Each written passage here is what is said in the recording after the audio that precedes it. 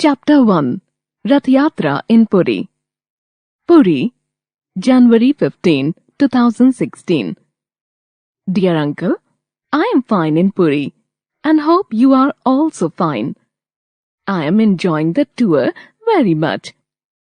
The sea and the shore are just like you had described in your letter. I just gorge on the rasagullas and chum-chums. The lovely glass bangles in all the colors of the rainbow are worth buying. Uncle, the day before yesterday was the Grand Rath Yatra. It was amazing. There was a sea of people. I have never seen such a huge crowd. I saw 3 huge chariots carrying the idols of Lord Jagannath, his elder brother Balbhadra, and his sister Subhadra in a procession. I have heard from some people that Lord Krishna, known as Lord Jagannath in Odisha, takes his brother and sister to his garden house called Gundicha Ghar for 5 days. The special temple carpenters make these raths or chariots out of specially selected wood. Each chariot is about 45 feet high. They have 6 grand wheels. They are beautifully decorated and are lined up outside the Lion's Gate, called Singhadwar.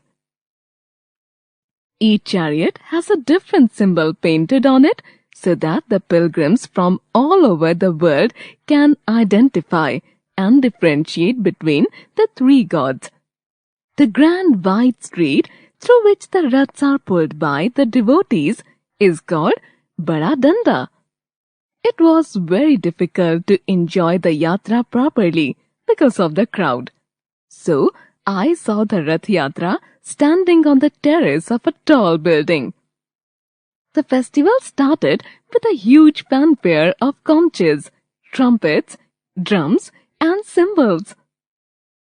All the buildings on the way were colorfully decorated with flags, buntings, and the face of Lord Jagannath. The doors and windows of houses and buildings were decked with flowers. The women in lovely saris thronged the balconies. I have taken many photographs of the procession. And yes, Uncle, Papa has bought a beautiful shirt for you, a red handloom sari for Mummy, and a beautiful blue silk skirt for me. Mummy has bought a finely carved black stone idol for home. We have also bought a pretty colorful applique garden umbrella for Grandpa. I can already imagine Grandpa sitting under it in his beautiful garden and sipping tea. I will tell you in detail about this exciting trip on reaching the home. Take care. Your loving niece, Sneha. Chapter 2 Mahatma Gandhi. The name of Mahatma Gandhi is known all over the world. Let us read about him. Mahatma Gandhi was born on October 2, 1869 at Porbandar in Gujarat. His full name was Mohandas Karamchand Gandhi. His father's name was Karamchand Gandhi and his mother's name was Putli Bai. He is known as the Mahatma, which means a great saint. His birthday is celebrated as Gandhi Jayanti all over India. Mohandas was timid in his childhood. He was frightened to step out into the darkness, even in his own house. He was afraid of ghosts, thieves, and snakes. There was a maidservant named Rambha in his house. Once she asked him, "Why are you so scared? Remember, Lord Rama will always protect you." Fear never encounters him who remembers Rama. Gandhi was deeply impressed by these words. He took to reciting the name of Rama. He remembered God every time. He dedicated all his work to him. When he died, his last words were, "Hey Rama." Mohandas was married at the age of 13 to 14-year-old Kasturba Makhanji. Her first name was usually shortened to Kasturba, and she was affectionately called Ba. He passed his matriculation examination from Samaldas College at Bhavnagar in Gujarat. At the age of 19, Gandhi went to London to study law and to get trained as a barrister. This was because his family wanted him to become a barrister. He also lived in South Africa, where he saw that the Indians were discriminated against. Once he was thrown off a train when he refused to move from the first class to a third-class coach, as he had a valid first-class ticket. He came back to India in 1915. Since then, he devoted himself to the service of the Indian people. Gandhiji fought against the British to free our country from the shackles of the British. For this, he had to go to jail many times. To gain independence, he followed the path of ahimsa, non-violence, and truth. He wrote his autobiography, The Story of My Experiments with Truth. Mahatma Gandhi is known as the father of the nation.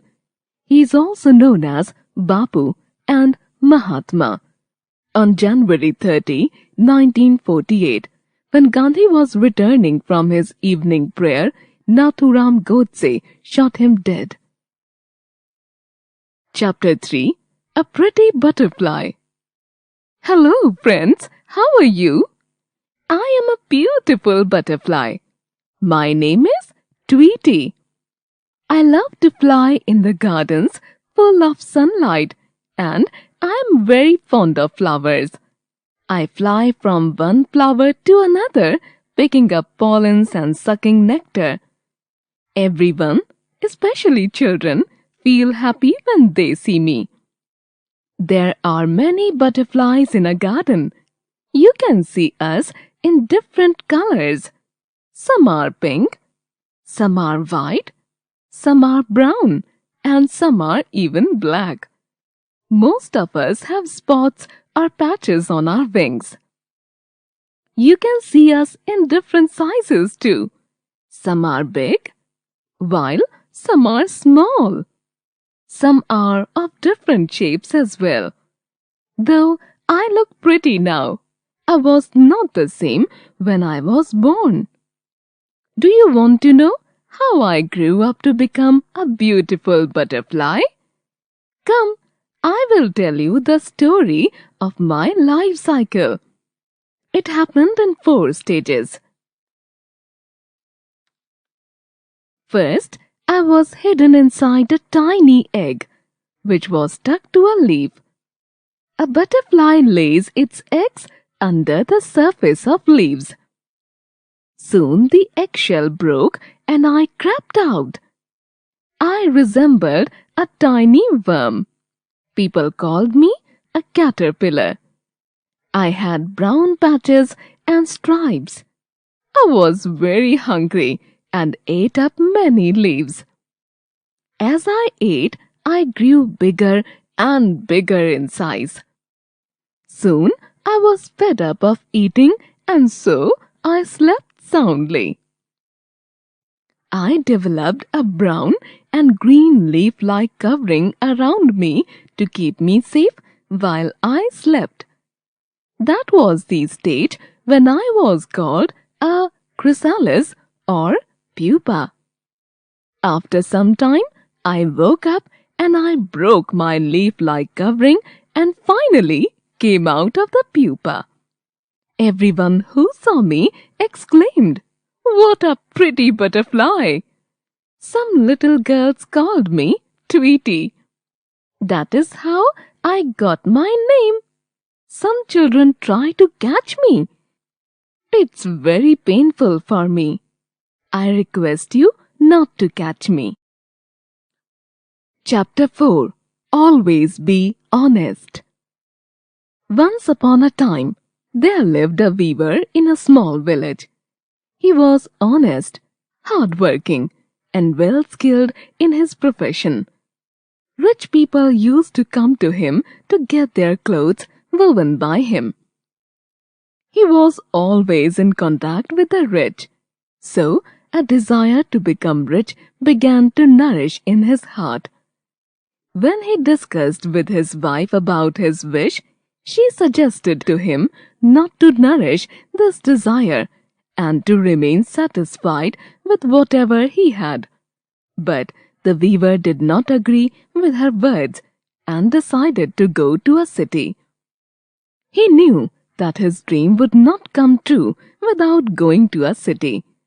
So he set out from his village. After a long journey, he reached a city. He got a job as a trainer at a weaving training center. After working hard for a year, he earned 5,000 gold coins. Now he made up his mind to go back to his village. He put all the coins safely in a bag and started for his village, carrying the bag in his hand. The weaver got tired because of the long and exhausting journey. So, on the way, he decided to take rest under a banyan tree. He lay down there, placing the bag of coins under his head. Soon the tired weaver fell asleep.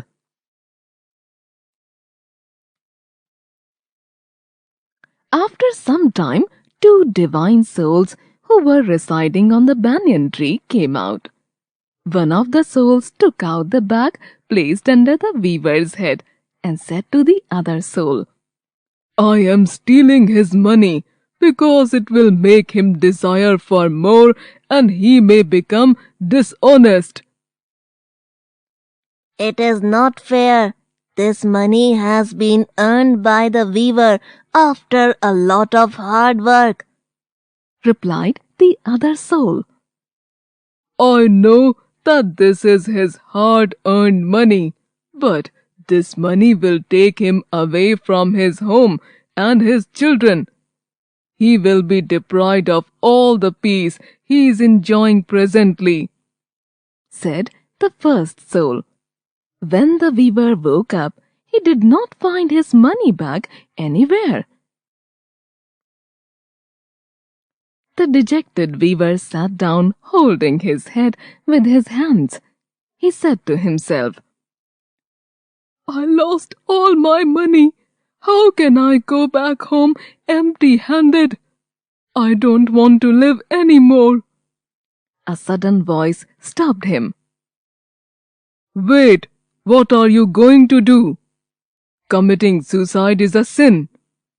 Then the divine spirits appeared before the weaver and said, "We have stolen your money.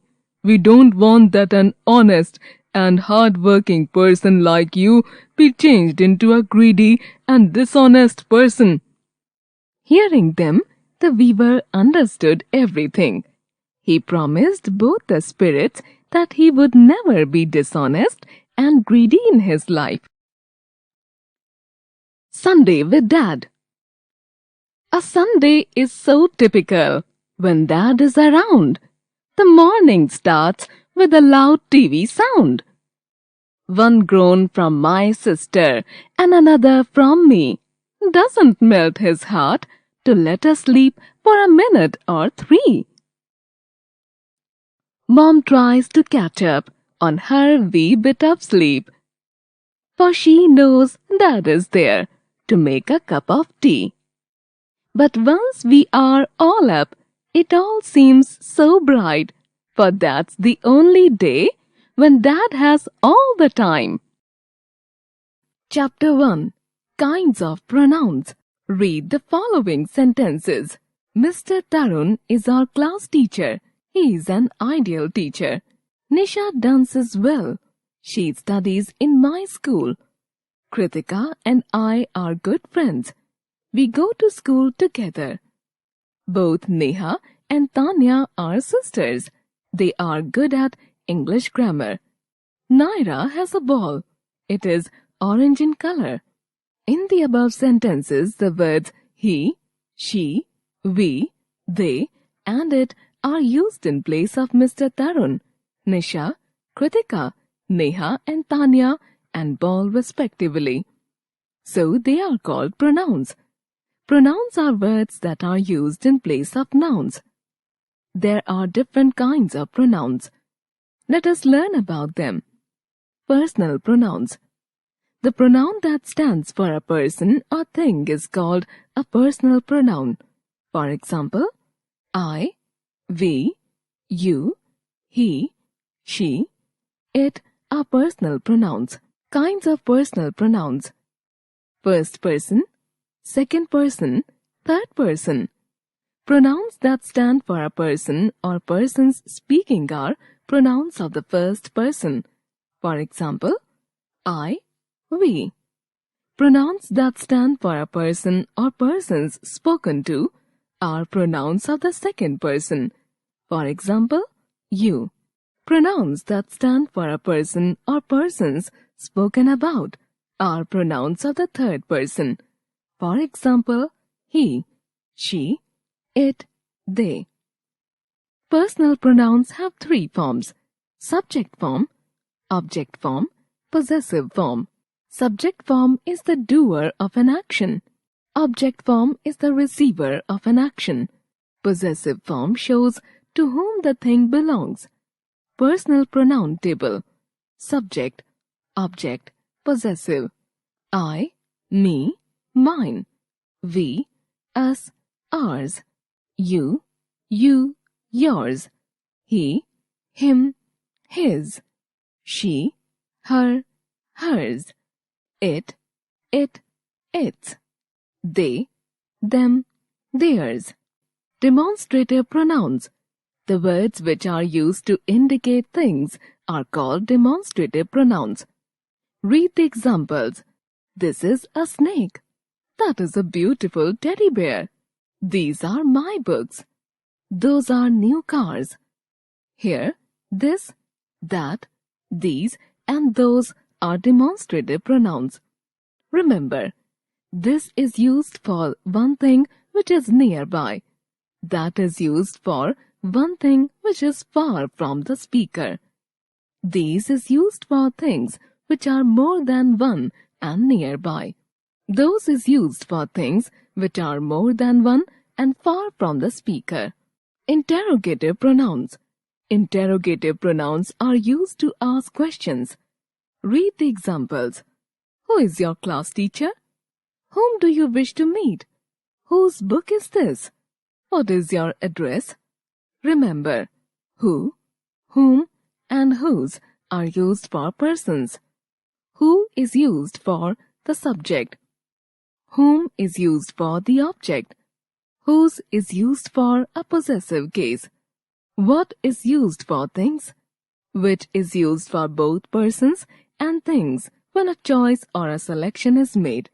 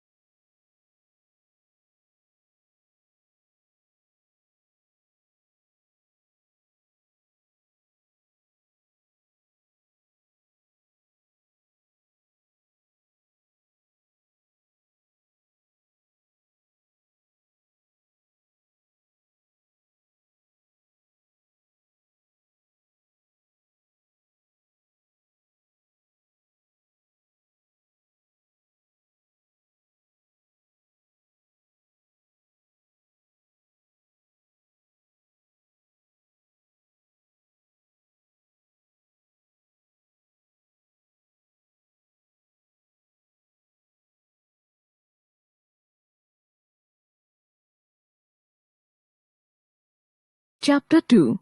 Verbs. Verbs are doing words. Read the following sentences. They watch television. The clown laughs. It rains. All the colored words are verbs in the above sentences. There are 3 forms of verbs. Given below are the 3 forms of some common verbs. Present, first form.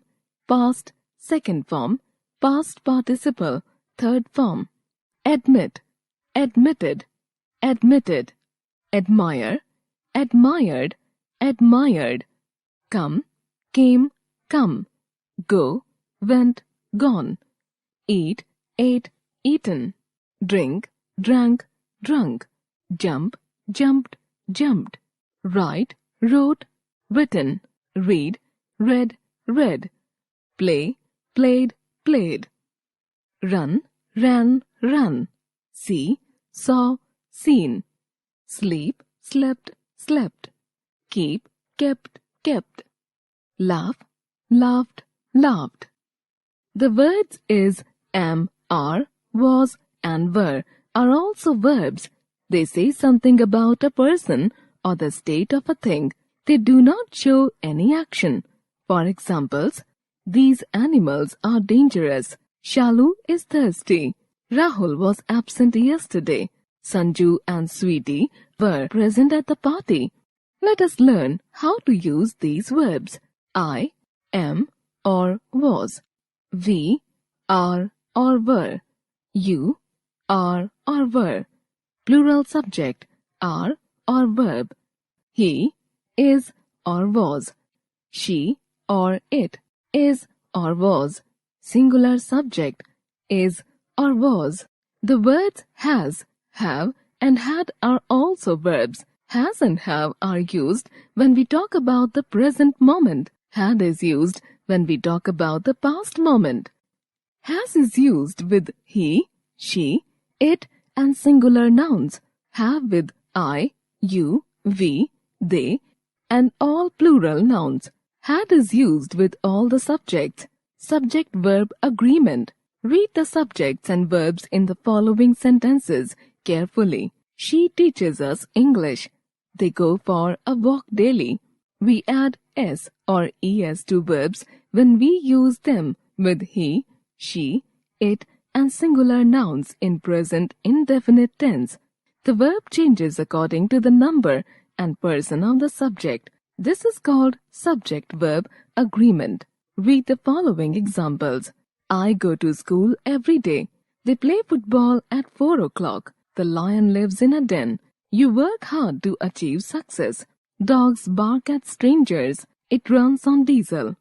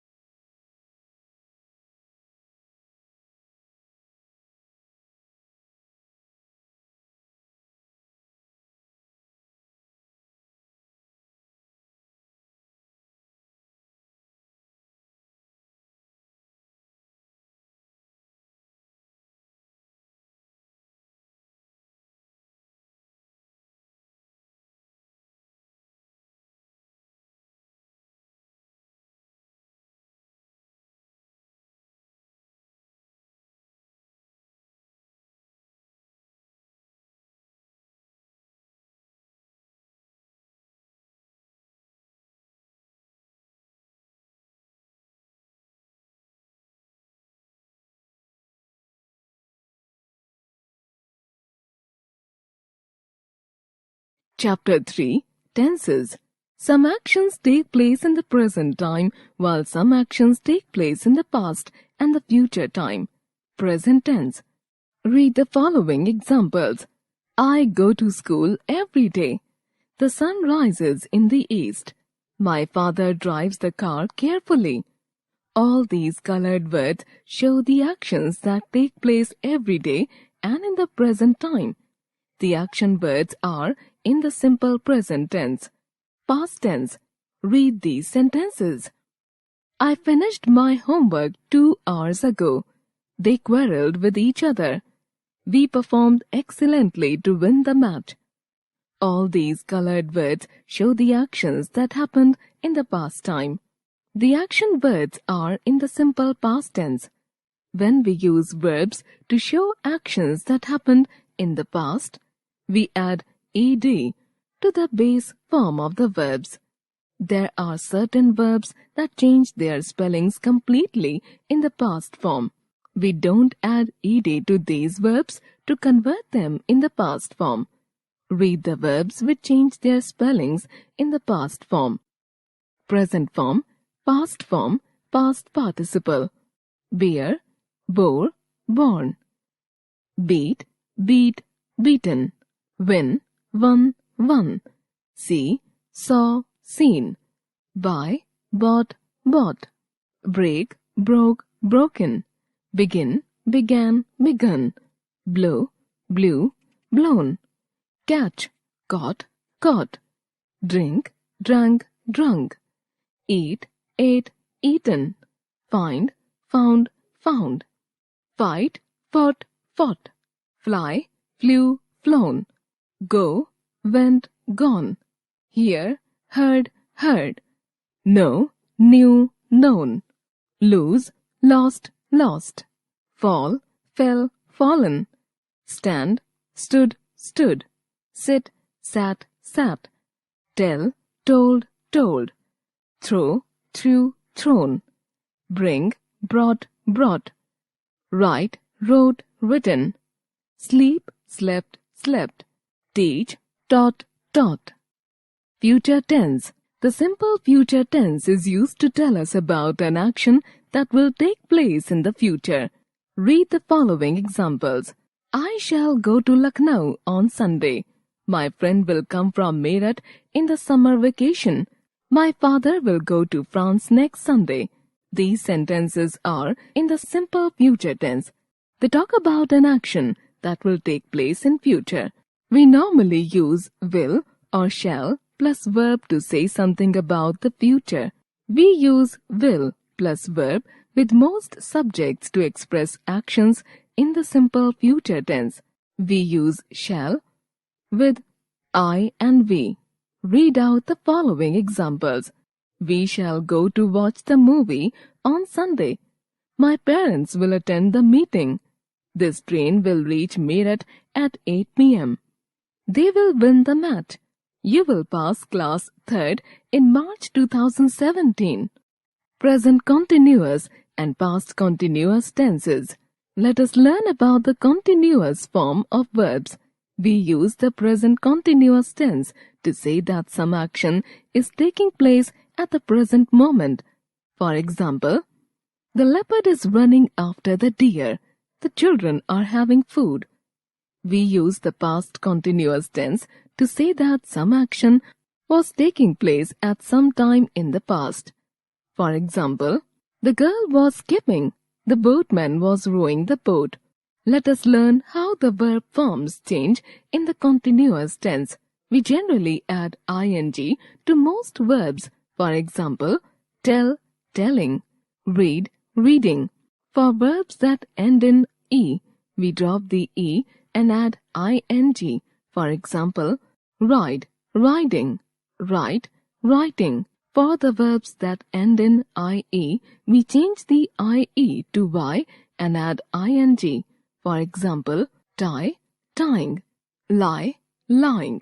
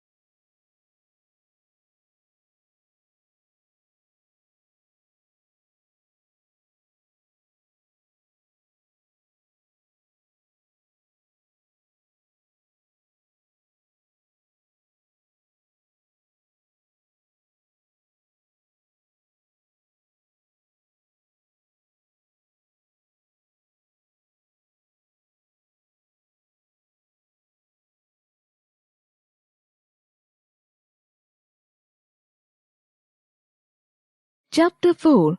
Adjectives and their kinds. An adjective is a describing word. It tells something about a noun or a pronoun. Read the following examples. This is a new car. He is a poor man. You are my best friend. We should eat nutritious food. Tarun is an honest boy. Kapil is a fat boy. I like to wear black shoes. The blue whale is the largest animal in the world. He is a famous man. I like the rainy season. All these colored words describe a noun, so they are adjectives. Let us learn about some important kinds of adjectives. Adjectives of quality. Many adjectives tell us about some quality of a noun. They are called adjectives of quality. Read the following examples. This is a beautiful house. Plucking flowers is a bad habit. This is a boring movie. He is a brilliant student.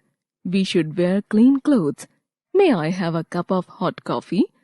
They are rich men. This is very difficult task. All the colored words are adjectives of quality. Adjectives of quantity. Some adjectives tell us about the quantity, how much, of nouns. They are called adjectives of quantity. Read the following examples. I have some money. The glass has a little milk. He has some books. In these examples, some and little tell us about the quantity of nouns.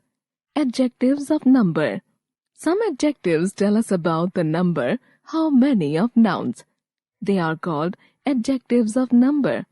Read the following examples. I have 10 fingers. There are 7 days in a week. A year has 12 months. In these examples, 10, 7, and 12 tell us about the number of nouns. We use much before nouns that are uncountable. Uncountable nouns are not made plural by adding s or es. We use many before plural nouns that are countable. Countable nouns are made plural by adding s or es.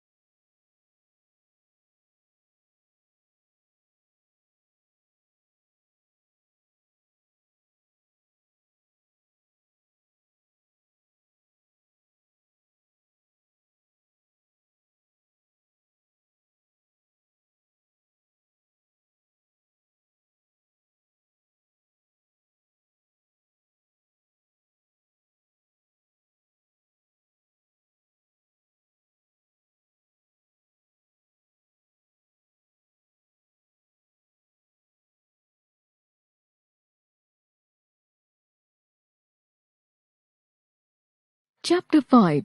Adverbs. An adverb adds more information to the meaning of a verb. Let's learn about some important kinds of adverbs. Adverbs of manner. The fox runs fast. The child writes neatly. The crocodile walks slowly. The words fast, neatly and slowly tell us how an action takes place. These adverbs are called adverbs of manner. Adverbs of time. It will rain today. The train will arrive soon. It was hot yesterday. The adverbs today, soon, and yesterday are adverbs of time. They tell us when an action takes or took place. Adverbs of place. Sit outside. Please come here. The child came in. The adverbs outside, here, and in are adverbs of place. They tell us where an action takes or took place. Most of the adverbs of manner are ly words. We make them by adding ly to the adjectives. Accurate, accurately. Beautiful, beautifully. Entire, entirely. Desperate, desperately. Clear, clearly. Convenient, conveniently. Responsible, responsibly. Excellent, excellently.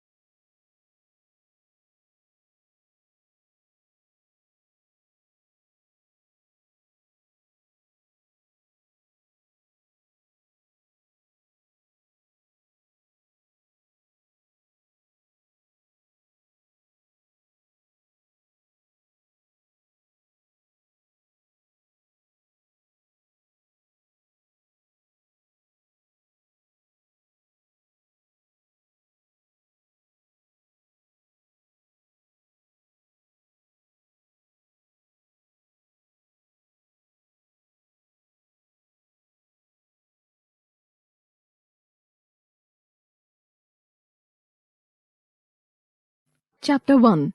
Multiplication. In the previous class, we have already learned that a multiplication is a repeated addition. Instead of adding equal amount repeatedly to find the sum, we multiply to find the same result in a much quicker way. Consider two groups of balls with 4 balls in each group. 4 plus 4 is equal to 8. By counting or adding, we know that the total number of balls is 8. In the above example, there are 2 groups and in each group there are 4 balls. We obtain the same result by multiplying. 2 into 4 is equal to 8. Number of groups into number of objects in each group is equal to total number of balls. 2 into 4 is equal to 8 is called a multiplication fact. Cross is the sign of multiplication called into or multiplied by. We read 2 into 4 is equal to 8 as 2 multiplied by 4 is 8 or 2 into 4 is equal to 8 or the product of 2 and 4 is 8. In a multiplication sum, the number to be multiplied is called multiplicand. The number by which we multiply is called the multiplier and the result of multiplication is called the product. Thus, in 2 into 4 is equal to 8, multiplicand is 2, multiplier is 4, and the product is 8. Now let us solve the given exercise. Multiplication of a 2-digit number by a 1-digit number with regrouping. Example, multiply 67 by 7. Solution. Step 1. Write the numbers in the proper columns. Step 2. Multiply the ones. 7 into 7 is equal to 49.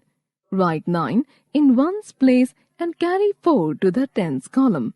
Step 3. Multiply the tens. 6 into 7 is equal to 42. Add 4 to the 42, we get 46. Write 6 in tens column and 4 in hundreds column. So, 67 into 7 is equal to 469. Multiplication of a 3-digit number by a 1-digit number without regrouping. Example, multiply 324 by 2. Solution.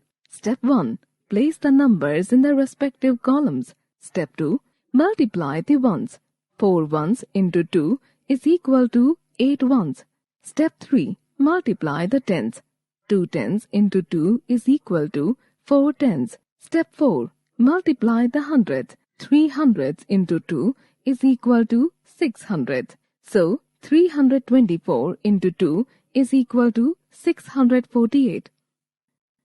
Multiplication of a 3-digit number by a 1-digit number with regrouping. Example 1. Find 347 into 6. Solution. Step 1. Arrange the numbers in respective columns. Step 2.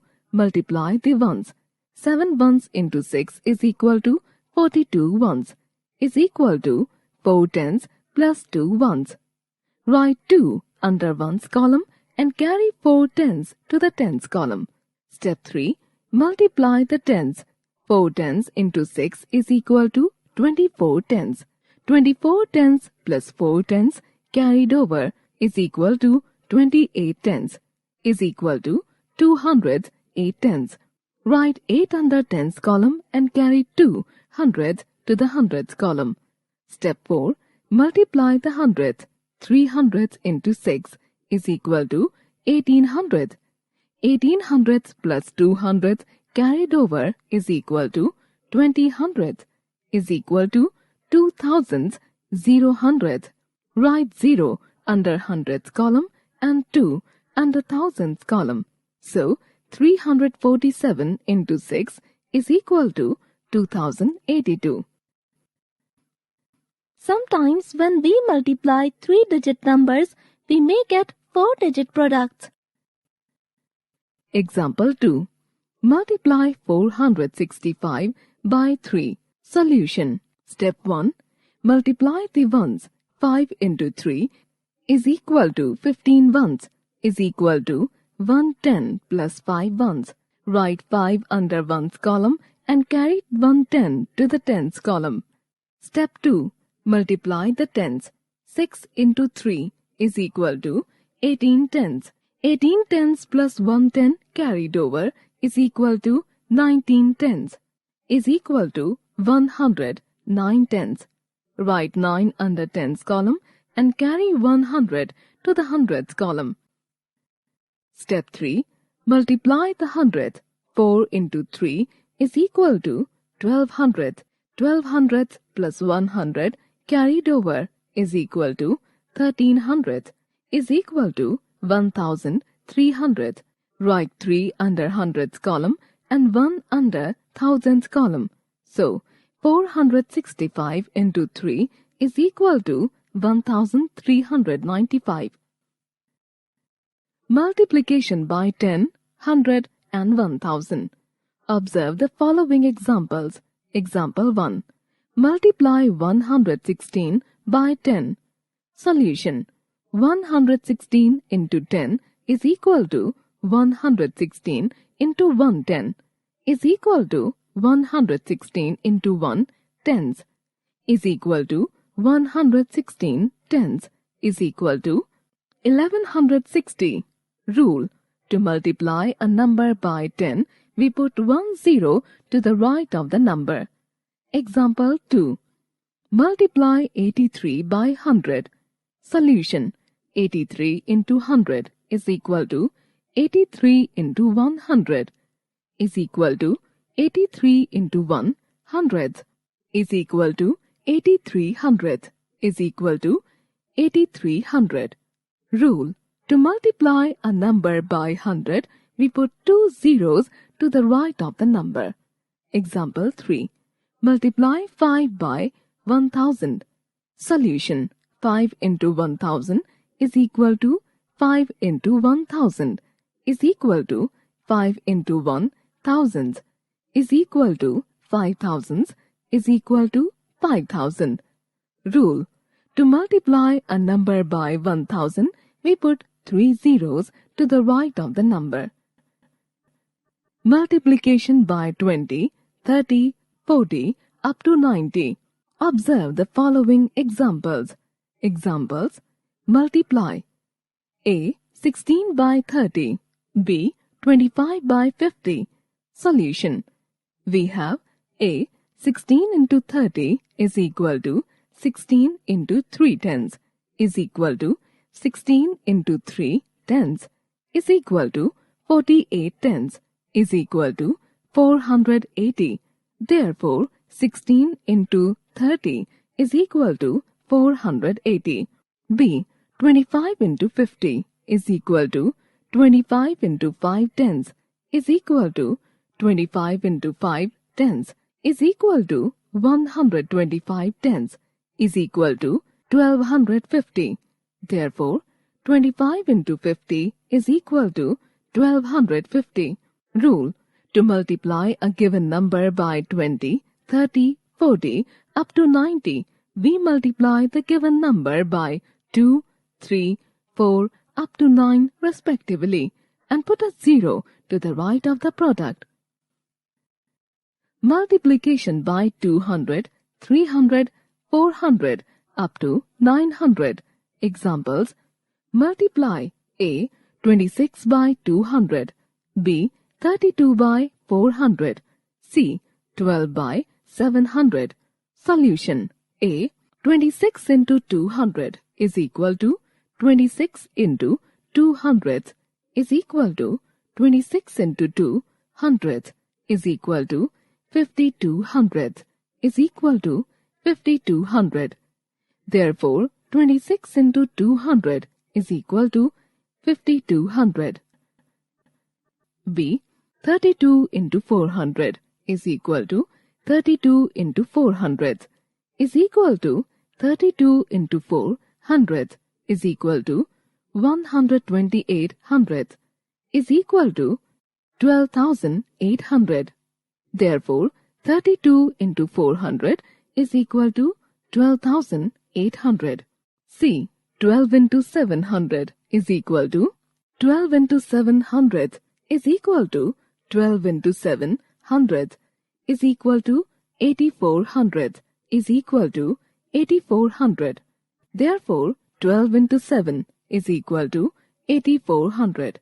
Rule: to multiply a given number by 200, 300, 400 up to 900, we multiply the given number by 2, 3, 4 up to 9 respectively and put 2 zeros to the right of the product. Multiplication of a 4-digit number by a 1-digit number without regrouping. Example 1. Multiply 2033 by 2. Solution. Step 1. Arrange the numbers as shown. Step 2. Multiply the ones. 3 into 2 is equal to 6 ones. Step 3. Multiply the tens. 3 into 2 is equal to 6 tens. Step 4. Multiply the hundredth. 0 into 2 is equal to 0 hundredths. Step 5. Multiply the thousands. 2 into 2 is equal to 4 thousandths. So, 2033 into 2 is equal to 4066. Multiplication of a 4-digit number by a 1-digit number with regrouping. Example, find 2442 into 3. Solution. Step 1. Arrange the numbers as shown. Step 2. Multiply the ones. 2 into 3 is equal to 6 ones. Write 6 under ones column. Step 3. Multiply the tens. 4 into 3 is equal to 12 tens is equal to 102 tens. Write 2 under tens column and carry 1 to hundredths column. Step 4. Multiply the hundredth. 4 into 3 is equal to 12 hundredths. 12 hundredths plus 100 carried over is equal to 13 hundredths is equal to 1,300th. Write 3 under hundreds column and carry 1,000 to thousands column. Step 5. Multiply the thousands. 2 into 3 is equal to 6,000s. 6,000s plus 1,000 carried over is equal to 7,000s. Write 7 under thousands column. So, 2,442 into 3 is equal to 7,326. Properties of multiplication. Property 1. Two numbers multiplied in any order give the same product. Example, 32 into 2 is equal to 64. 2 into 32 is equal to 64. So, 2 into 32 is equal to 32 into 2 is equal to 64. Property 2. When any number is multiplied by 1, the product is the number itself. Examples, 36 into 1 is equal to 36. 516 into 1 is equal to 516, etc. Property 3. When any number is multiplied by 0, the product is always 0. Examples, 0 into 52 is equal to 0. 221 into 0 is equal to 0, etc. Property 4. We can multiply numbers in any order. The product remains the same. Examples, 2 into 5 into 7 is equal to 10 into 7 is equal to 70. 5 into 7 into 2 is equal to 35 into 2 is equal to 70. 2 into 7 into 5 is equal to 14 into 5 is equal to 70. So, 2 into 5 into 7 is equal to 5 into 7 into 2 is equal to 2 into 7 into 5.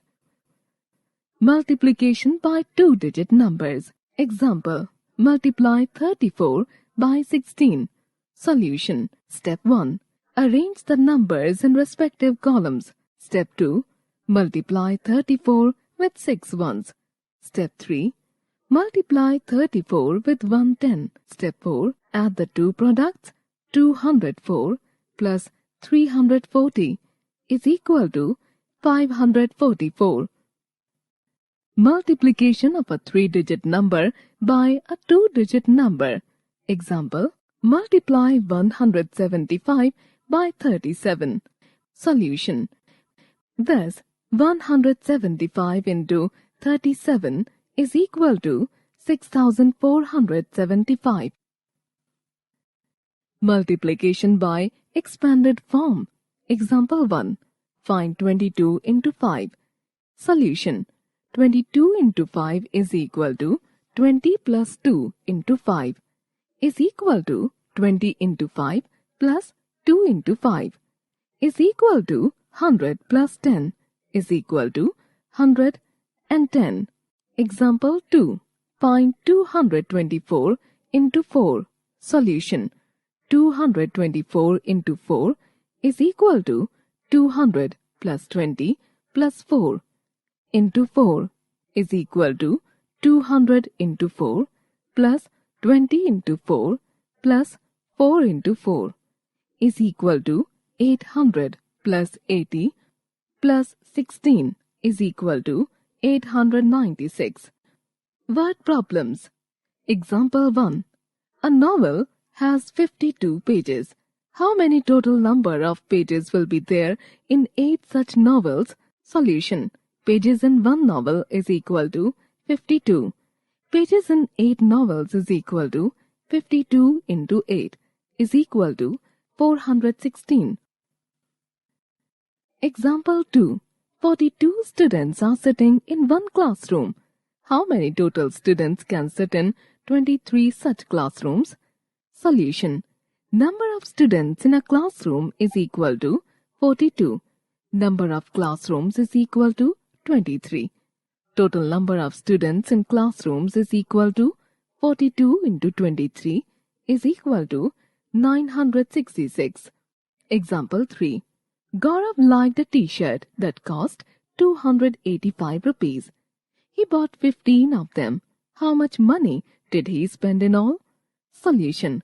Cost of each t-shirt is equal to 285 rupees. Number of t-shirts Gaurav bought is equal to 15. Total money spent is equal to 285 rupees into 15 is equal to 4,275 rupees. Framing word problems. Consider the multiplication fact 5 into 9 is equal to question mark. We can frame many word problems for the above fact. A few of them can be 1. How many fingers are there in 9 hands? 2. In a group, there are 9 friends. Each has 5 chocolates. How many chocolates are there altogether? 3. In a carton, there are 5 rows with 9 eggs in each. How many eggs are there in all? Chapter 2. Division. In the previous class, we have already learned that division is an equal distribution of same quantity or things. We have also learned that division is a repeated subtraction of the same number. Let us revise these aspects through example. Example. Divide 15 sweets equally among 5 children. We have to find out how many sweets does each child get. Let's use repeated subtraction to find the number of sweets each child gets. On giving 1 sweet to each child, we have 15 minus 5 is equal to 10 sweets left. First time. Second time. On giving 1 more sweet to each child, we have 10 minus 5 is equal to 5 sweets left. Third time. Again giving 1 more sweet to each child, we have 5 minus 5 is equal to 0 sweets left. So, we have distributed 15 sweets equally among 5 children. Each child gets 3 sweets, or we can say if we subtract 5 from 15 3 times, we get 0. We write it as 15 divided by 5 is equal to 3 and read as 15 divided by 5 is equal to 3. 15 divided by 5 is equal to 3 is a division fact. Is the symbol for division. Division as forming equal groups. Let's take 20 divided by 4 as how many 4s there are in 20. Let's take 20 toys and divide them into groups of 4 each. We see that 5 groups are formed. How many 4s are there in 20? Obviously, 5. Hence, division fact is 20 divided by 4 is equal to 5. Division terms. The number to be divided is called the dividend. The number with which we divide is called the divisor. The answer we get after division is called the quotient. The above division fact can also be expressed as follows. This representation is called long form of 20 divided by 4 is equal to 5. In equal grouping, we know how many objects there are in the group and can find how many groups there are. Relation between multiplication and division. 18 bees is equal to 6 groups of 3 each, or 6 groups of 3 is equal to 18 is equal to 3 groups of 6 each, or 3 groups of 6 is equal to 18. We can write this as 6 into 3 is equal to 3 into 6 is equal to 18. These are multiplication facts. The corresponding division facts are 18 divided by 3 is equal to 6 and 18 divided by 6 is equal to 3. Since multiplication is the opposite of division, a multiplication fact gives rise to 2 division facts. Example 1. Divide 56 by 7. Solution.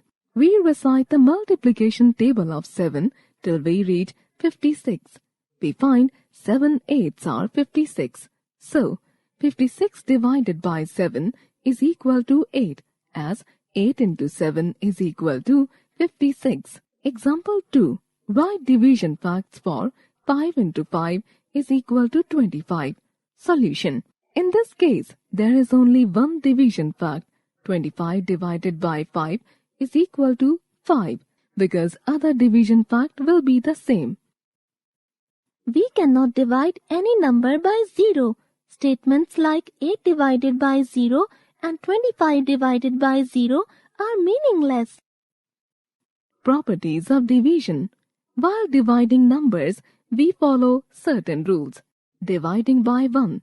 Division of any number by 1 will give the quotient as the number itself. So, 16 divided by 1 is equal to 16. 435 divided by 1 is equal to 435. 2956 divided by 1 is equal to 2956. Dividing 0 by a number. Division of 0 by any number will give the quotient as 0. So, 0 divided by 65 is equal to 0. 0 divided by 326 is equal to 0. 0 divided by 345 is equal to 0. Dividing a number by itself. Any number divided by itself gives the quotient as 1. So, 23 divided by 23 is equal to 1. 425 divided by 425 is equal to 1. 3125 divided by 3125 is equal to 1. Division of a two-digit number by a one-digit number. Long division without remainder. Example 1. Divide 24 by 2. Solution. Arrange the numbers as shown. Step 1. Divide the first number 2 tens by 2. We know that 2 into 1 is equal to 2. So we write 1 in quotient's place. We subtract 2 tens minus 2 tens is equal to 0. Bring down 4 ones. Step 2. Divide 4 ones by 2. 4 divided by 2 is equal to 2. As 2 into 2 is equal to 4. We write 2 in quotient. 4 minus 4 is equal to 0. So we get 12 as quotient and 0 as remainder. Example 2. Divide 112 to 7. Solution. Here, dividend is equal to 112, divisor is equal to 7, quotient is equal to 16, remainder is equal to 0. Example 3. Divide 72 by 3. Solution. Thus, 72 divided by 3 is equal to 24. Division of a three-digit number by one-digit number without remainder. Example 1. Divide 884 by 4. Solution. Step 1. First divide the digits at hundreds place. 800 divided by 4 is equal to 200. Write 2 in the hundreds place in the quotient. Step 2. Divide the digits at tens place. 8 tens divided by 4 is equal to 2 tens. Write 2 in the tens place in the quotient. Step 3. Finally, divide the digits at ones place. 4 ones divided by 4 is equal to 1 1. Write 1 in the ones place in the quotient. Therefore, the quotient is 221. Example 2. Divide 720 by 6. Solution. Here, dividend is equal to 720. Divisor is equal to 6. Quotient is equal to 120. Remainder is equal to 0. Thus, 720 divided by 6 is equal to 120. Division by one-digit number with remainder. Example 1. Divide 49 by 4. Solution. Step 1. Divide 4 tens by 4. 4 into 1 is equal to 4. Step 2. Bring 9 ones down. Step 3. Divide 9 by 4. Find the maximum number that can be subtracted from 9. 2 into 4 is equal to 8. 8 is less than 9. 2 into 5 is equal to 10. 10 is greater than 9. We cannot subtract 10 from 9. So we take 2 into 4 is equal to 8. 9 minus 8 is equal to 1. Hence, 1 will be remainder. Check. Dividend is equal to divisor into quotient plus remainder is equal to 4 into 12 plus 1 is equal to 48 plus 1 is equal to 49. Example 2. Divide 226 by 5 and check the division fact. Solution. Step 1. After writing as shown on the right, we start with hundredths. Since 5 is greater than 2, we start with tens. 2 hundredths and 2 tenths is equal to 22 tenths. 5 goes into 22 by 4 times. Write 4 in the tens place in the quotient and subtract 20 from 22. Step 2. Bring down 6 ones to make 26 ones. Now, 5 into 5 is equal to 25. We write 5 in the units place in the quotient and subtract 25 from 26, leaving 1 as remainder. Hence, 226 divided by 5 is equal to 45 and 1 remainder. Check. Dividend is equal to divisor into quotient plus remainder is equal to 5 into 45 plus 1 is equal to 225 plus 1 is equal to 226. The remainder is always smaller than the divisor. If it is not, check the division again. Division by 10. Let us divide the following numbers by 10. Examples: 1. 80, 2. 59, 3. 440, 4. 575. Solution.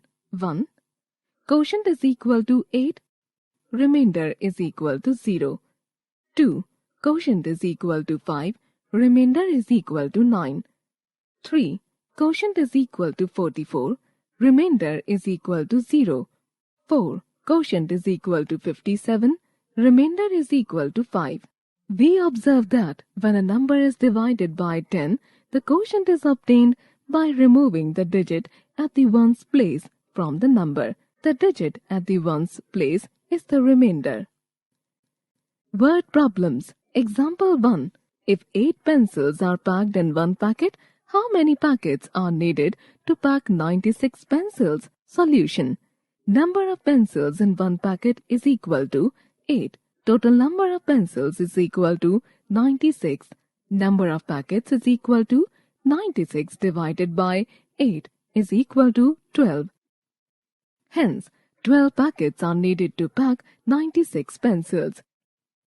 Example 2. A jug of juice can fill 8 glasses. How many jugs are needed to fill 72 glasses of juice? Solution. Number of glasses can be filled is equal to 8. Total number of glasses is equal to 72. Number of jugs is equal to 72 divided by 8 is equal to 9. Hence, 9 jugs of juice can fill 72 glasses. Example 3. A book costs 8 rupees. How many books can be bought for 800 rupees? Solution. Total cost of books is equal to 800. Cost of one book is equal to 8 rupees. Therefore, number of books to be bought is equal to 800 divided by 8 is equal to 100. Hence, 100 books can be bought for 800 rupees. Chapter 3. Fractions. Let's consider the following sentences. Tanish takes only a half cup of milk during breakfast. He reaches his school at 7:15. His father reads 3/4 of a novel. His sister could drink only 2/3 of a glass of milk. Half, quarter, 3/4 and 2/3 are parts of a whole. Look at the apple. It is a whole or one apple. Whole means one. When whole is divided into 2 equal parts, each part is called half of the whole. When a whole is divided into 4 equal parts, each part is called 1/4 of the whole. Now draw a rectangle. It is a whole and is written as 1, divided into as many number of equal parts as shown. Figure, description. Shaded part is read as, shaded part is written as, the whole is divided into 2 equal parts, 1/2 or 1/2, 1/2. The whole is divided into 4 equal parts, 1/4 or 1/4, 1/4. The whole is divided into 3 equal parts, 2/3 or 2/3, 2/3. The whole is divided into 4 equal parts, 3/4 or 3/4, 3/4. In the above table, the symbols 1/2, 1/4, 2/3 and 3/4 are called fractions, and the names 1/2, 1/4, 2/3, 3/4 and so on are called fractional numbers. Writing fractions in words and figures. Look at this square. It is divided into 4 parts. Out of this, 3 parts are shaded. We write it as 3/4 is equal to number of shaded parts upon total number of parts. We read 3/4 as 3/4. Some more examples. In figures, in words, 4/7, 4/7, 5/9, 5/9, 3/5, 3/5. Numerator and denominator. Look at the fraction for the shaded part is equal to 3/4. The number above the line is called numerator. It tells us about how many parts we took. The number below the line is called denominator. It tells us about how many parts the whole has been divided into. Fraction is equal to numerator upon denominator is equal to parts being taken upon parts in all. More examples. Is equal to 5/12 is equal to numerator upon denominator is equal to 2/7 is equal to numerator upon denominator. More about fractions. Now observe this table. Denominator, numerator, shaded portion, non-shaded portion. 5 equal parts. 3, 3/5, 2/5. 6 equal parts. 4, 4/6, 2/6. 7 equal parts. 5, 5/7, 2/7. 8 equal parts. 6, 6/8, 2/8. 9 equal parts. 7, 7/9, 2/9. Fraction of a collection. We can take a collection as a whole. The pieces of cakes together are known as a collection. These pieces are parts of a whole. Parts of a whole are called fractions. Look at the collection of dolls. There are 18 dolls in the collection. 18 dolls are taken as a whole, half of a collection. The collection can be divided into 2 equal parts as shown below. We see there are 9 dolls in each part. 18 divided by 2 is equal to 9. We can say that 1/2 of 18 is 9. 1/4 of a collection. The collection of dolls can be divided into 4 equal parts. Each part of the collection has 5 dolls. 20 divided by 4 is equal to 5. We say that 1/4 of 20 is 5. 3/4 of a collection. The collection of balloons is divided into 4 equal parts. 1/4 of 16 is 4. 1/4 of 16 is 4. 3/4 of 16 is 3 into 4 is equal to 12. 3/4 of the above collection of balloons has 12 balloons. Chapter 4. Money. Money is very important in our life. Generally, our life and lifestyle depend on money.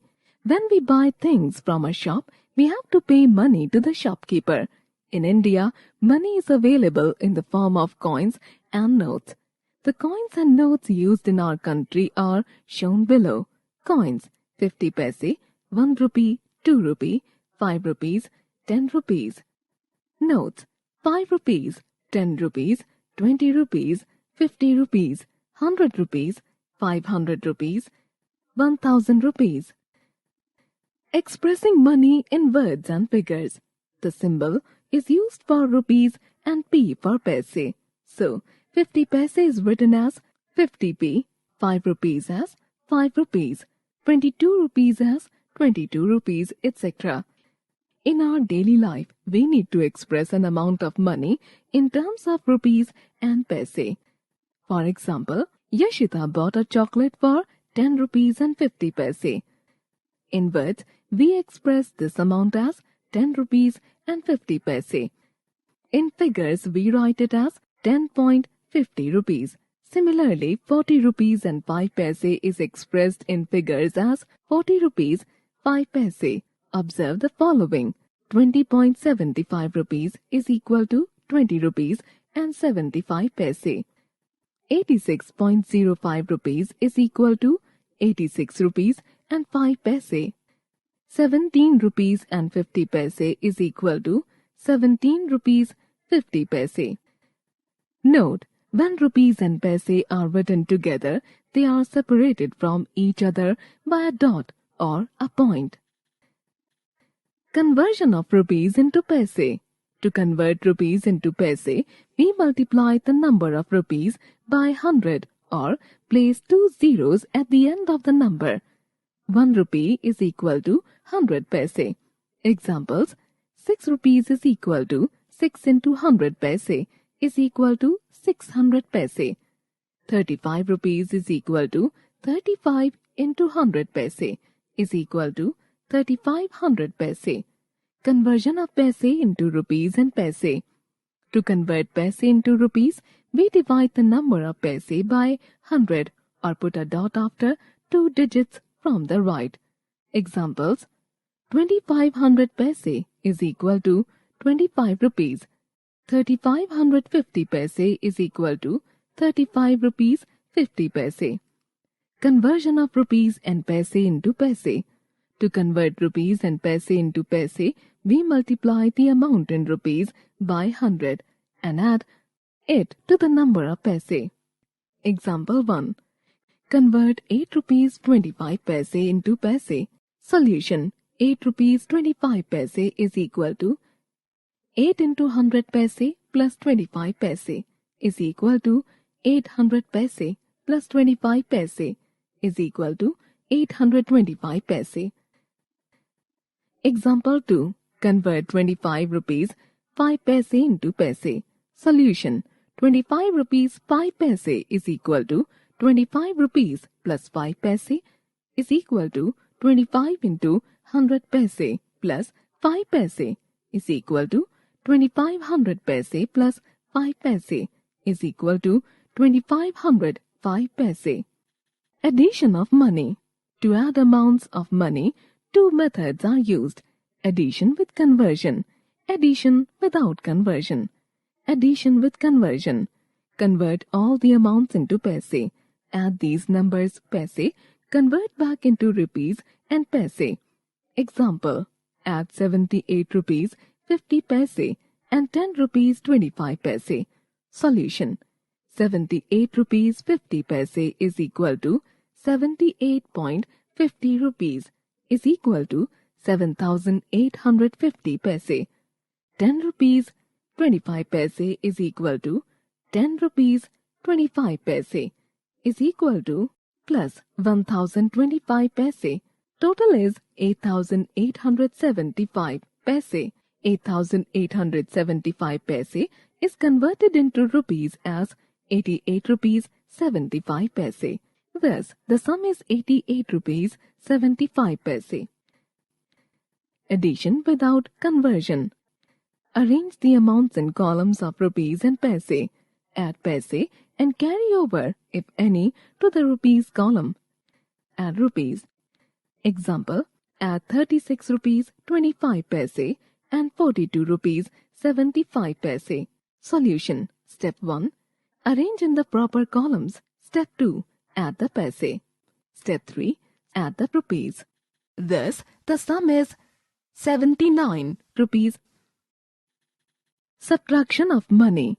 Two methods are used to subtract one amount of money from the other amount. Subtraction with conversion. Subtraction without conversion. Subtraction with conversion. Convert both amounts into paise. Arrange the greater amount above and the lesser amount below in column-wise form. Find their difference in paise. Convert the difference into rupees. Example: subtract 38 rupees 50 paise from 67 rupees 75 paise. Solution: 38 rupees 50 paise is equal to 38.50 rupees is equal to 3850 paise. 67 rupees 75 paise is equal to 67.75 rupees is equal to 6775 paise. Therefore, difference is equal to 6775 paise minus 3850 paise. Total is 2925 paise. Hence, the required difference is 2925 paise is equal to 29 rupees 25 paise. Subtraction without conversion. Example 1. Subtract 40 rupees 80 paise from 87 rupees 85 paise. Solution. Step 1. Arrange the given amounts in columns of rupees and paise as shown on the right. Step 2. Subtract paise. 85 paise minus 80 paise is equal to 5 paise. Write 5 under P column. Step 3. Subtract rupees. 87 rupees minus 40 rupees is equal to 47 rupees. Write 47 under rupees column. Thus, the difference is 47.05 rupees. Example 2. Subtract 37 rupees 68 paise from 94 rupees 45 paise. Solution. Step 1. Subtract paise. We cannot subtract 68 paise from 45 paise. So, from rupees column we borrow 1 rupee, leaving behind 93 rupees. Now we have 1 rupees plus 45 paise is equal to 100 paise plus 45 paise is equal to 145 paise. 145 paise minus 68 paise is equal to 77 paise. Step 2. Subtract rupees. 93 rupees minus 37 rupees is equal to 56 rupees. Thus, 94.45 rupees minus 37.68 rupees is equal to 56.77 rupees. Word problems on addition and subtraction of money. Example 1. Safina went to a kirana store and bought the following things: noodles, 34 rupees 75 paise, fun flips, 5 rupees, chocolates, 20 rupees 50 paise. Find the total amount Safina spent. Solution. Amount spent for noodles is equal to 34 rupees 75 paise. Amount spent for fun flips is equal to 5 rupees. Amount spent for chocolates is equal to 20 rupees 50 paise. Total amount spent is equal to 60 rupees 25 paise. Hence, the total amount spent by Safina is 60 rupees 25 paise. Example 2. Harshit had 100 rupees in his pocket. He spent 35 rupees 75 paise on apples. How much money is left with him? Solution. Amount that Harshit had in his pocket is equal to 100 rupees. Amount spent on apples is equal to 35 rupees 75 paise. Amount left with him is equal to 64 rupees 25 paise. Hence, amount left with Harshit is 64 rupees 25 paise. Multiplication of money. To multiply the amount, we have to follow the following steps. Example 1. Multiply 7 rupees 58 paise by 3. Solution. Step 1. Convert into paise. 7 rupees 58 paise is equal to 758 paise. Step 2. Multiply the numbers. Step 3. Convert into rupees and paise. 2274 paise is equal to 22 rupees 74 paise. Example 2. The cost of an ice cream is 15 rupees 80 paise. What will be the cost of 5 such ice creams? Solution. Multiply and regroup. Therefore, cost of 5 ice creams is 79 rupees.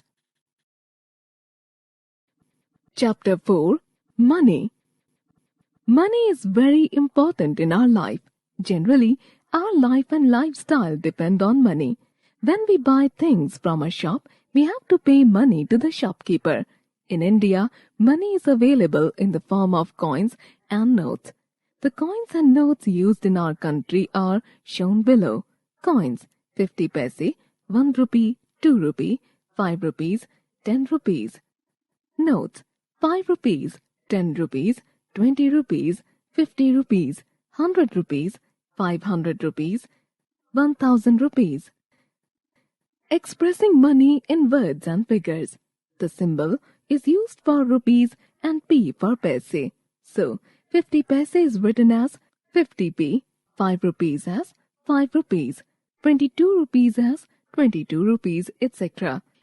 In our daily life, we need to express an amount of money in terms of rupees and paise. For example, Yashita bought a chocolate for 10 rupees and 50 paise. In words, we express this amount as 10 rupees and 50 paise. In figures, we write it as 10.50 rupees. Similarly, 40 rupees and 5 paise is expressed in figures as 40 rupees, 5 paise. Observe the following. 20.75 rupees is equal to 20 rupees and 75 paise. 86.05 rupees is equal to 86 rupees and 5 paise. 17 rupees and 50 paise is equal to 17 rupees 50 paise. Note, when rupees and paise are written together, they are separated from each other by a dot or a point. Conversion of rupees into paise. To convert rupees into paise, we multiply the number of rupees by 100 or place 2 zeros at the end of the number. 1 rupee is equal to 100 paise. Examples: 6 rupees is equal to 6 into 100 paise is equal to 600 paise.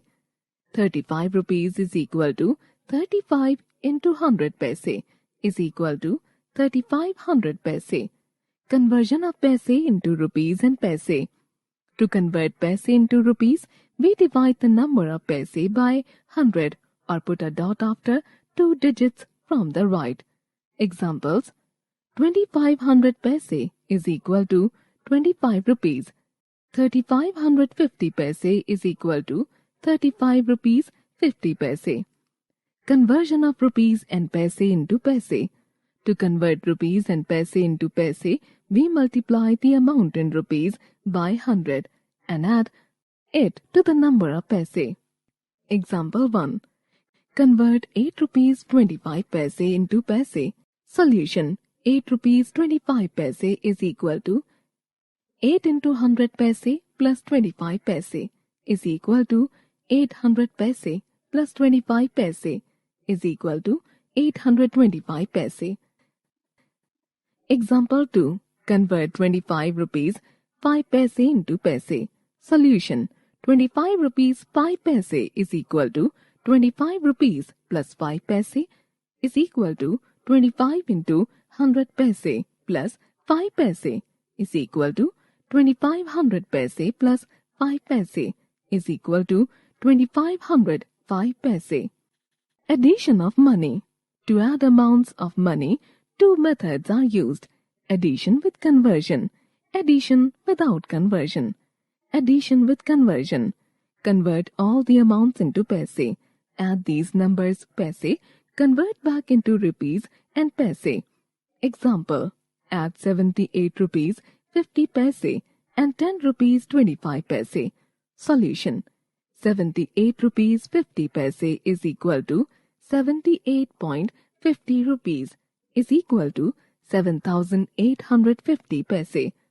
10 rupees 25 paise is equal to 10 rupees 25 paise is equal to plus 1,025 paise. Total is 8,875 paise.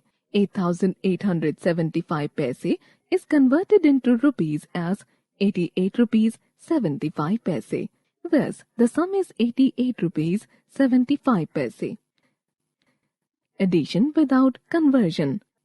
Arrange the amounts in columns of rupees and paise. Add paise and carry over, if any, to the rupees column.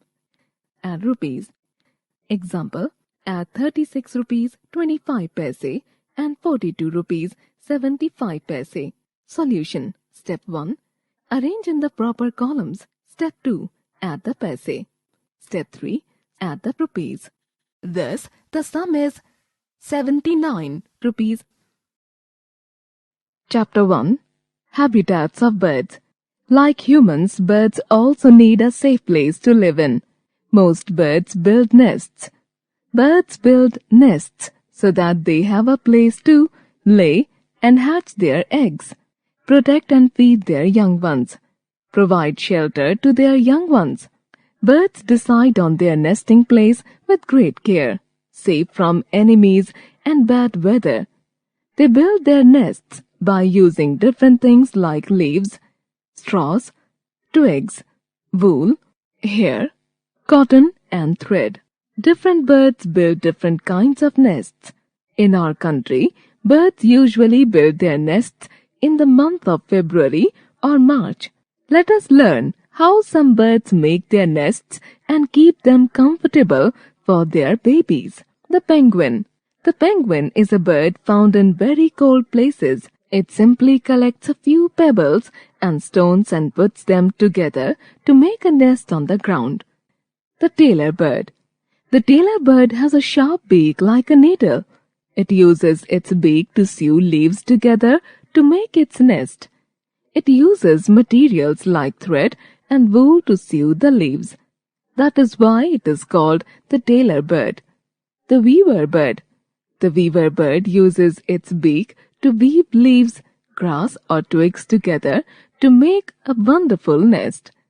The nest hangs upside down from the branch of a tree. The nest has a tunnel-like opening at the bottom through which the bird enters the nest. The woodpecker.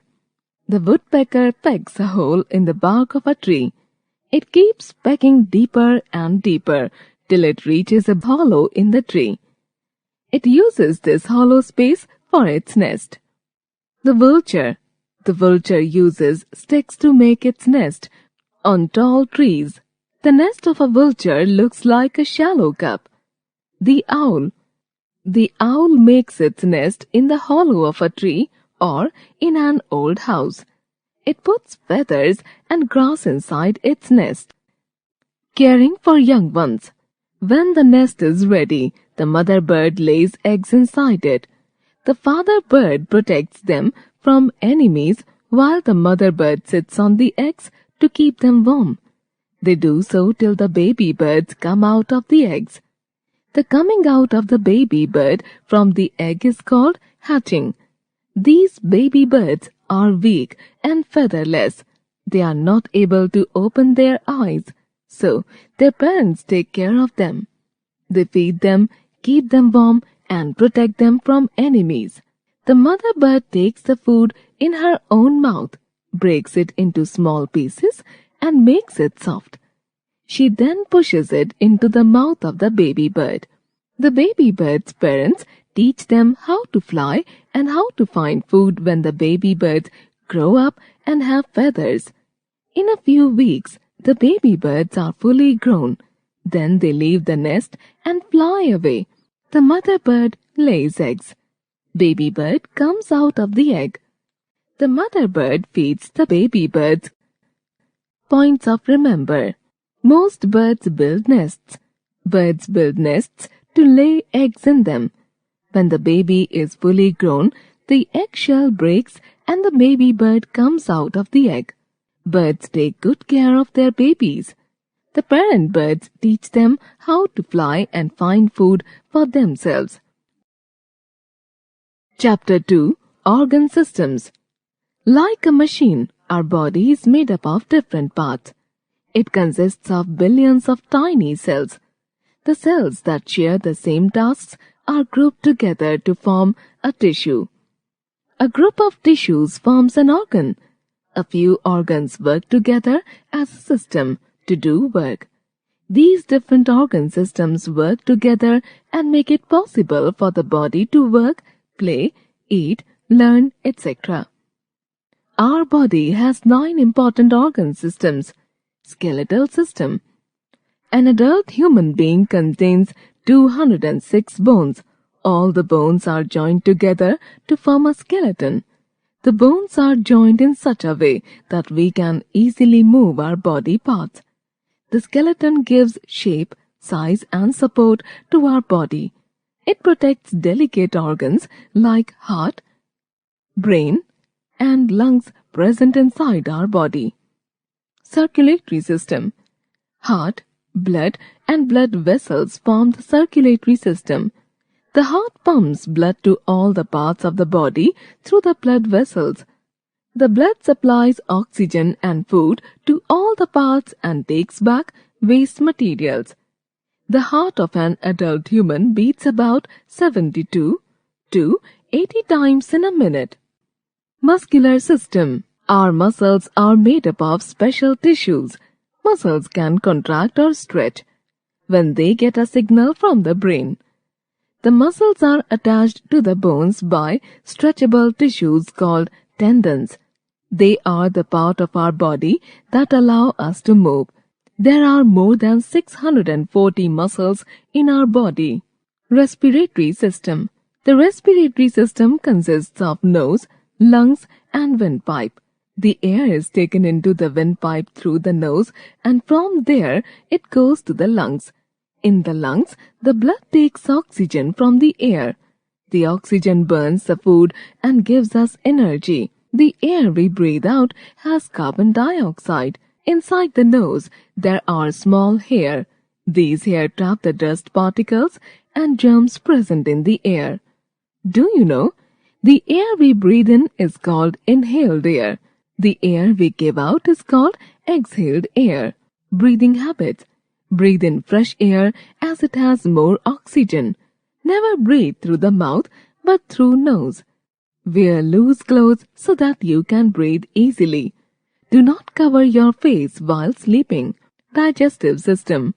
Mouth, stomach, small intestine, large intestine and anus form the digestive system. The changing of food into a very small, simpler form is called digestion.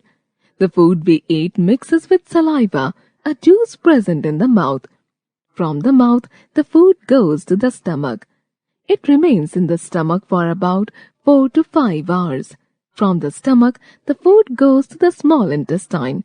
Here, digestive juices break the food into a simpler form. In the small intestine, the simplest form of food is absorbed and used by the body cells. The undigested food goes to the large intestine. It is then thrown out of the body through the anus. Nervous system. The brain, spinal cord, and nerves form the nervous system. The nerves receive and carry messages from different parts of the body to the brain and spinal cord. On receiving the message, the brain interprets the message and accordingly sends instructions to the various parts of the body. All the actions like walking, seeing, learning, hearing, etc. are controlled by the brain. The spinal cord and nerves help the brain to work. Sense organs. Eyes, ears, nose, tongue and skin are the 5 sense organs in our body. All the sense organs are attached to the brain through a network of nerves. The eyes. The eyes help us to see and recognize things. We can distinguish the colors and locate the objects around us with the help of the eyes. The eyes are the index of our mood and thoughts, such as happiness, sorrow, anger, etc. The ears. We hear different sounds with the help of our ears. The ears enable us to know whether the sound is coming from a nearby place or from a faraway place. We enjoy music only because we have ears. The nose. The nose helps us in breathing and smelling. With the help of the nose, we can identify whether the smell is pleasant or not. The tongue. We taste different things with the help of our tongue. Because of the tongue, we can tell whether something is sweet, salty, sour, or bitter. The skin. The skin covers and protects everything inside our body. It helps us to feel the heat, cold, pressure, and pain. All the 5 sense organs are very useful to us. We should take proper care of our sense organs. Excretory system. Excretory system removes the waste material from our body. The 2 kidneys throw out wastewater in the form of urine. The lungs help us to throw out carbon dioxide. The skin also helps to remove sweat. Reproductive system. Reproductive system helps in producing young ones. The male and female have different organs for reproduction. Due to this system, life continues from one generation to the next. Points to remember. Our body is made up of cells, tissues and organs. The skeletal and muscular systems help our body to move.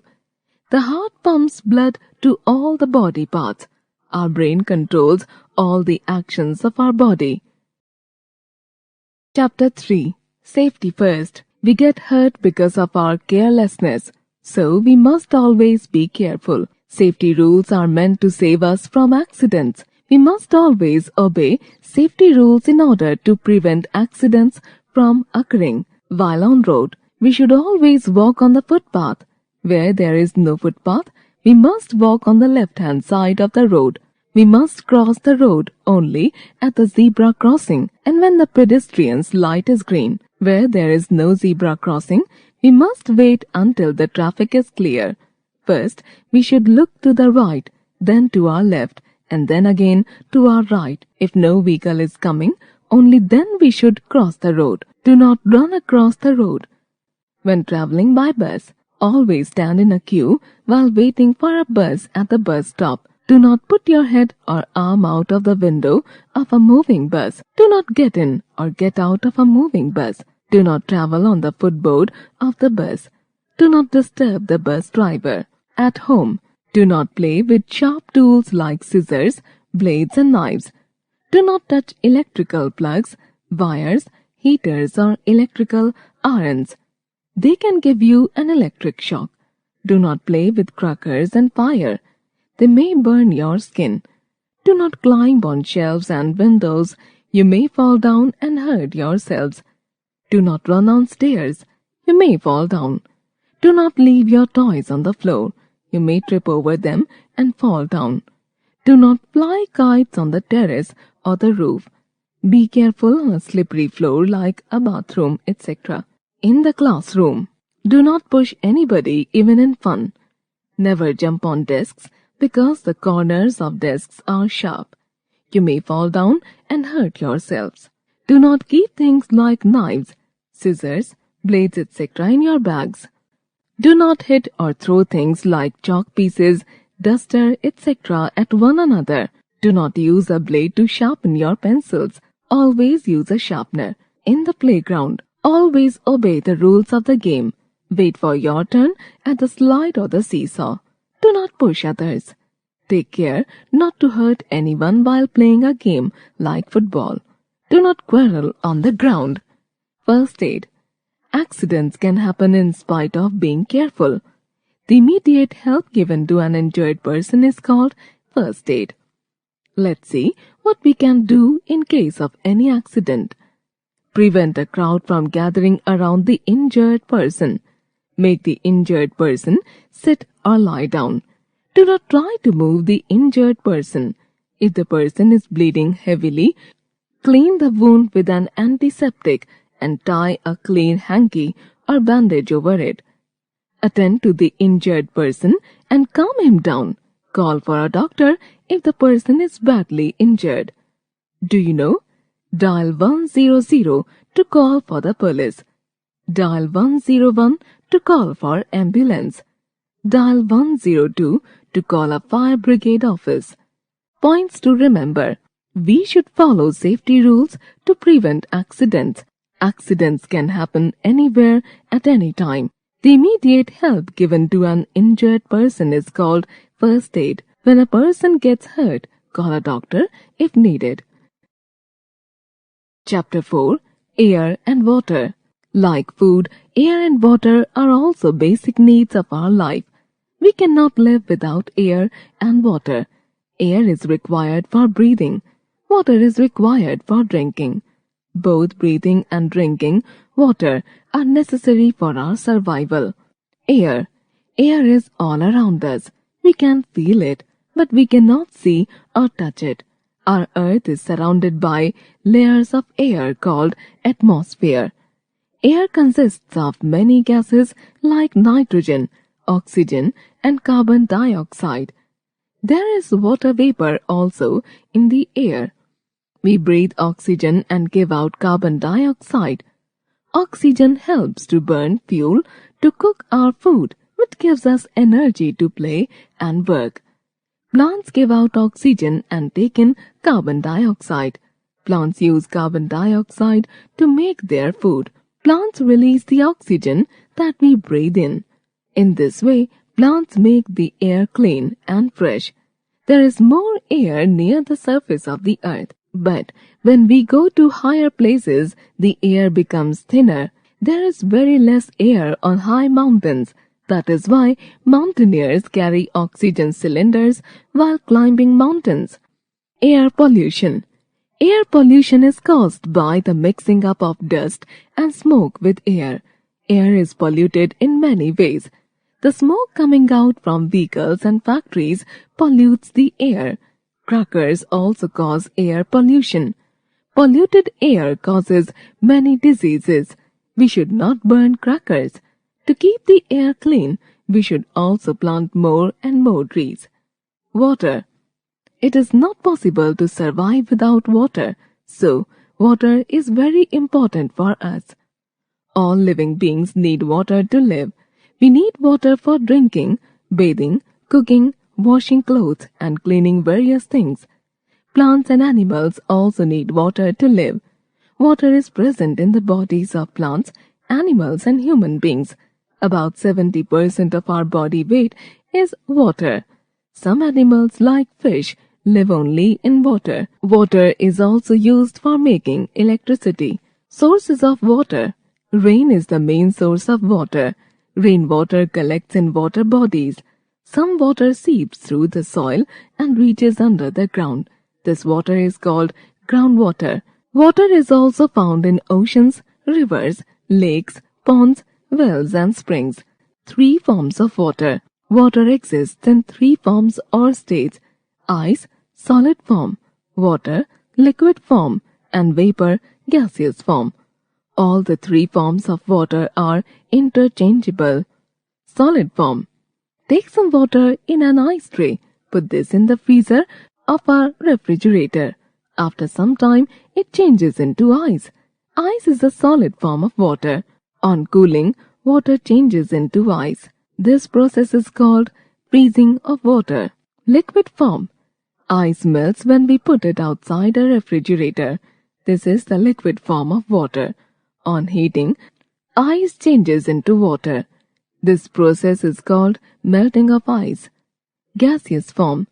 Water changes into steam or water vapor when we heat water. Water vapor is the gaseous form of water. This process is called evaporation of water. Steam changes into water. When we place a steel plate in front of the spout of a kettle, the steam turns into drops of water on the plate.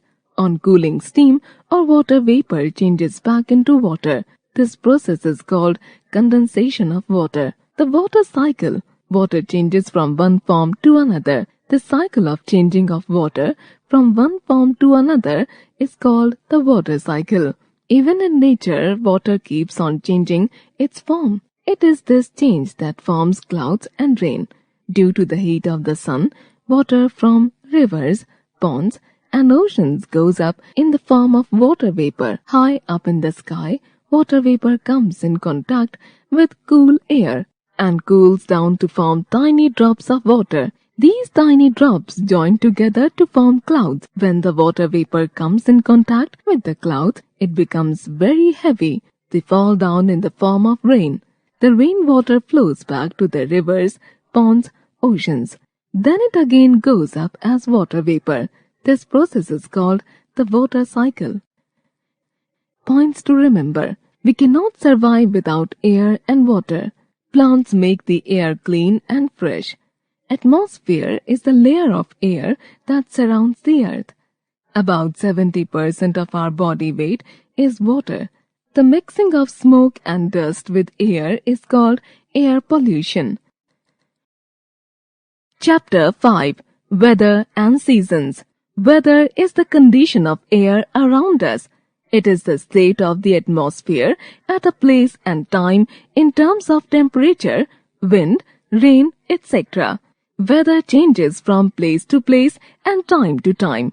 When one kind of weather remains the same for a particular period of time in a year, we call it a season. Many factors are there that affect the change in weather. They are the sun, the wind, the clouds, and the rain. Sun. The sun gives us heat and light. Sunny days are warmer than cloudy days. The sun changes its position during the day. Mornings and evenings are cooler because during this time the sun rays fall obliquely. But at noon the sun rays fall straight. Therefore, noon is the hottest time of the day. Sunlight heats up the air, land and water, which forms wind, clouds, and rain. Wind. Moving air is called wind. Wind also affects the weather. Soft and gentle wind is called breeze. Breeze makes the weather pleasant. Winds can be warm or hot. On the other side, during winter, the dry and cold winds add chill and make the weather cold. When the wind blows at very high speed, it is called storm. Storms can cause a lot of damage. Storms can uproot trees, poles, and even damage buildings. Clouds. The evaporation of water forms clouds. A cloudy day is cooler than a sunny day because clouds block the sun's rays from reaching the surface of the earth. Cloudy nights are warmer because the clouds do not let the heat of the earth escape out of the atmosphere and keep the heat confined within it. The clouds are responsible for bringing rain and for the change in temperature. Rain. When it rains, the earth is cooled and plants get water. Farmers welcome rain when it falls at the right time, as it is good for the crops. Too much rain can cause floods. Floods cause damage to life and property. Weather forecasting. Advance information about weather is called weather forecast. We can get advance information of the weather from radio, television, and newspapers. Weather affects our day-to-day life. The change in weather and climatic conditions have a great effect on the lives of human beings. Sudden change in weather causes a change in our eating habits, way of clothing, and daily activities. Kinds of seasons. Summer. In summers, very hot and scorching wind blows during the daytime. Such kind of wind is called loo. So, we wear only cotton clothes in summers. Cotton clothes keep our body cool. Sometimes it gets too hot to handle the weather. So, we drink cold drinks and use air conditioner and water coolers to get ourselves some relief. Winter. During winter season, weather is extremely cold. So, we wear woolen clothes. We like to remain indoors. We take a bath with warm water. We like to have hot drinks like tea, coffee, soup, etc. On very cold nights, we use room heaters to keep our room warm. We sleep under blankets and quilts at night. Monsoon. Monsoon is a rainy season and most of time it rains. When it rains, we use umbrellas, raincoats, and gumboots to save us from the rain. Too much and unexpected rains can be harmful. They cause floods that destroy crops, property, and endangers the lives of men and animals. In the rainy season, Roads become slippery and muddy. Points to remember. Moving air is called wind. Clouds are formed by the evaporation of water. A high-speed wind is called storm. Advanced information about the weather is called weather forecasting. In our country, winter, summer, and monsoon are three main seasons. Chapter 1. Our occupations. We all need money to fulfill our basic requirements, such as food, clothes, etc. For that we have to work. The work we do to earn money and facilitate our survival is our occupation. Farming. In India, farming is the main occupation. A large number of people in villages are engaged in this occupation. Farmers grow many types of crops, such as food grains, pulses, oilseeds, sugarcane, cotton, tea, spices, fruit, and vegetables. Cattle rearing is an occupation that depends on farming. People rear bullocks for plowing and pulling carts. They rear cows, buffaloes, and goats for milk. Rearing animals for milk on big farms is called dairy farming. Rearing of hens, ducks, and geese for their meat and eggs is called poultry farming. Many other occupations also depend on farming. Sugarcane is grown in fields. It is used to make sugar and jaggery in sugar mills. Cotton is grown in fields and cloth is made from cotton fibers in textile mills. Jute is grown in fields. It is used to make ropes and sacks in jute mills. Tea leaves are plucked from the tea gardens and are processed in factories. Cooking oil is prepared by crushing seeds of groundnut, mustard, and sunflower in oil mills. The raw materials that depend on farming are cotton, sugarcane, tea leaves, jute, and oil seeds. Forest-based occupations. In India, most part of land is covered with forests. A number of people work in these forests. They cut wood, which is used as timber to make doors, windows, furniture, packing boxes, matchboxes, paper, and cardboard. Some people also collect the juice of rubber trees, called latex. It is used to make rubber. Fishing. The coastal people are engaged in fishing. Processing and packaging fish in tins is another occupation based on fishing. Oil of some fish, such as cod and shark, is used as medicines. Fish are sometimes also reared in big tanks. This is known as fish farming or pisciculture. Mining. Extracting minerals from the earth's bowel is called mining. Our country has rich deposits of minerals like coal, iron, and mica. In some states, such as Jharkhand, mining is an important occupation. Some of these minerals are refined to get metals. Metals are used to make bicycles, cars, aeroplanes, railway engines, tractors, and utensils. Many people work in metal-based industries. Other occupations. A large number of people are engaged in other occupations. In towns and cities, a large number of people work as shopkeepers or businessmen. Some people work in transport, medical, postal, and banking services. All these people are important to us as they provide us with the services we need. Points to remember. Farming is the most important occupation of our country. Fishing is the main occupation in the coastal areas. Mining is an important occupation of people living in mineral-rich states. Rearing animals for milk in big farms is called dairy farming. Chapter 2. Indian Festivals. In India, a number of festivals are celebrated every year. That is why India is called the land of festivals. We have a festival almost every day in India. Some festivals are common to the whole country, while others are celebrated only in some parts. There are mainly three kinds of festivals: national, religious, and harvest festivals. Let us learn about some important festivals of our country. National festivals. National festivals are celebrated throughout the country.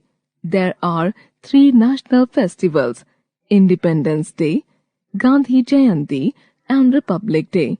Independence Day. Independence Day is celebrated on August 15 every year. On this day, in 1947, India got independence from the British rule. Every year on August 15, the Prime Minister hoists the national flag at the Red Fort in Delhi. He or she addresses the nation. In schools, Independence Day is celebrated with great pomp and show. We sing the national anthem and other patriotic songs. Gandhi Jayanti. Gandhi Jayanti is celebrated on October 2 every year. It is the birthday of Mahatma Gandhi, the father of the nation. Prayers are held at his Samadhi at Rajghat in New Delhi. The whole nation pays respect and homage to Mahatma Gandhi.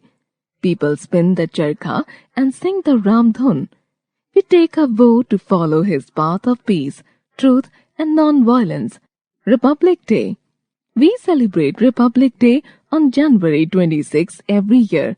On this day, in 1950, India became a republic. That is, it adopted its own constitution. A grand parade is held at Vijay Chowk in New Delhi.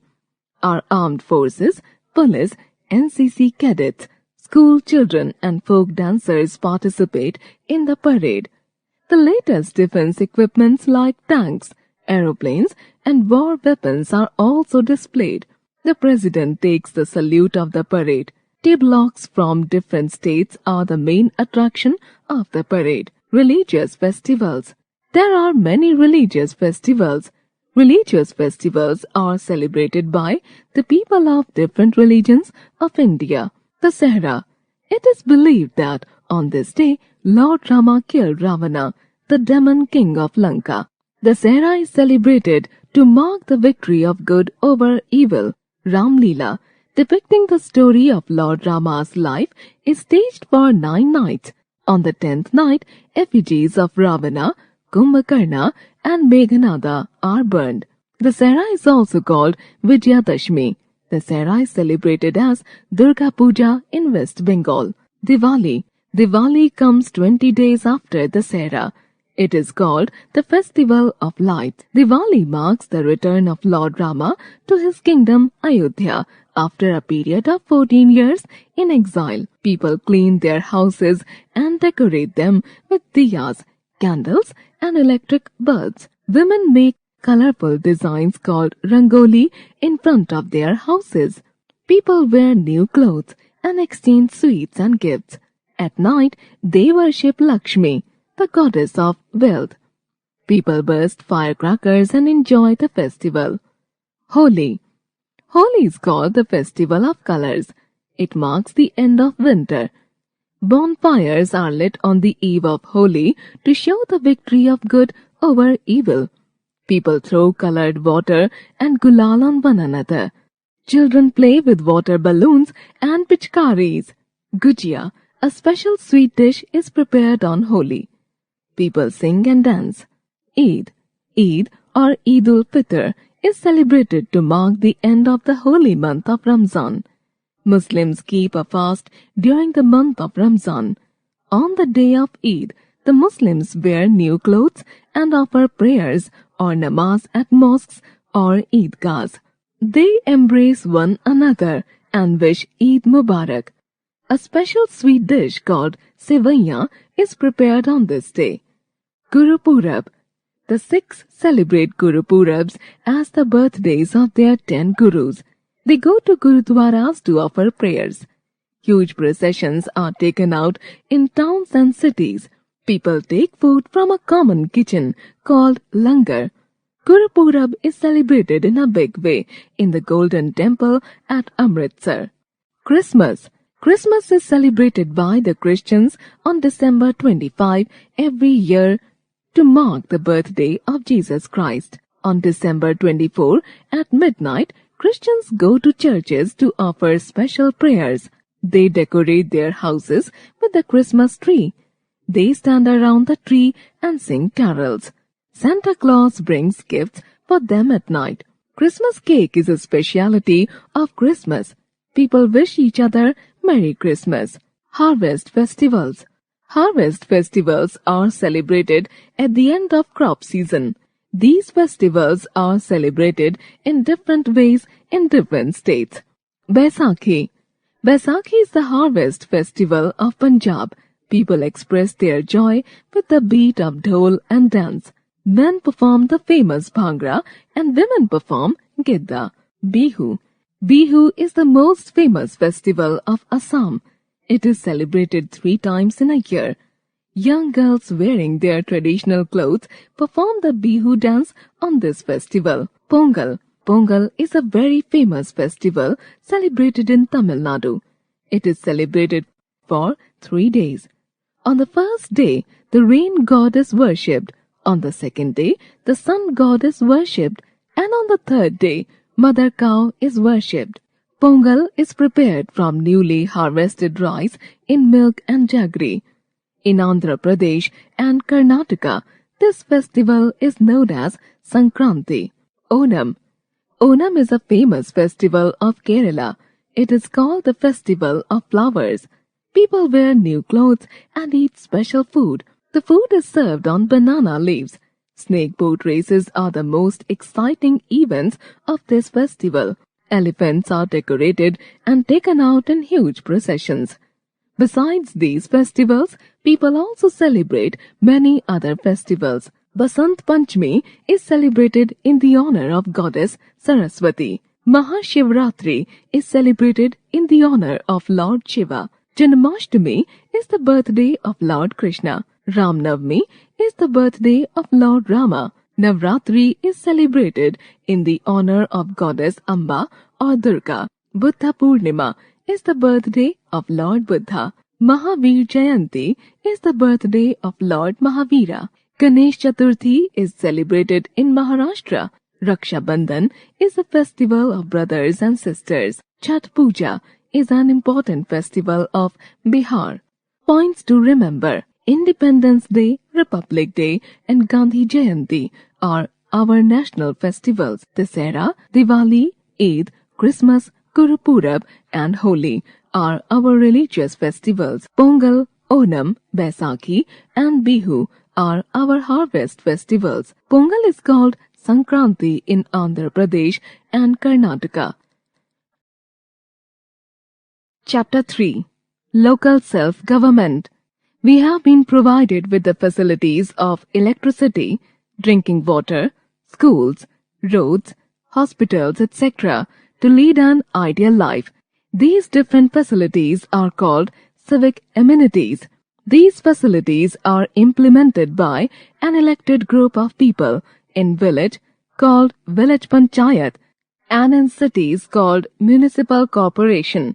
Village panchayat. Every village of India has a village panchayat or gram panchayat. The people of the village who are 18 years and above elect the members of the panchayat. Each elected member of the panchayat is called a panch. One woman member is a must in every panchayat. All members of the panchayat elect one member as their head. The head is called pradhan or sarpanch. A village panchayat has following roles and functions. It makes available safe drinking water to the people.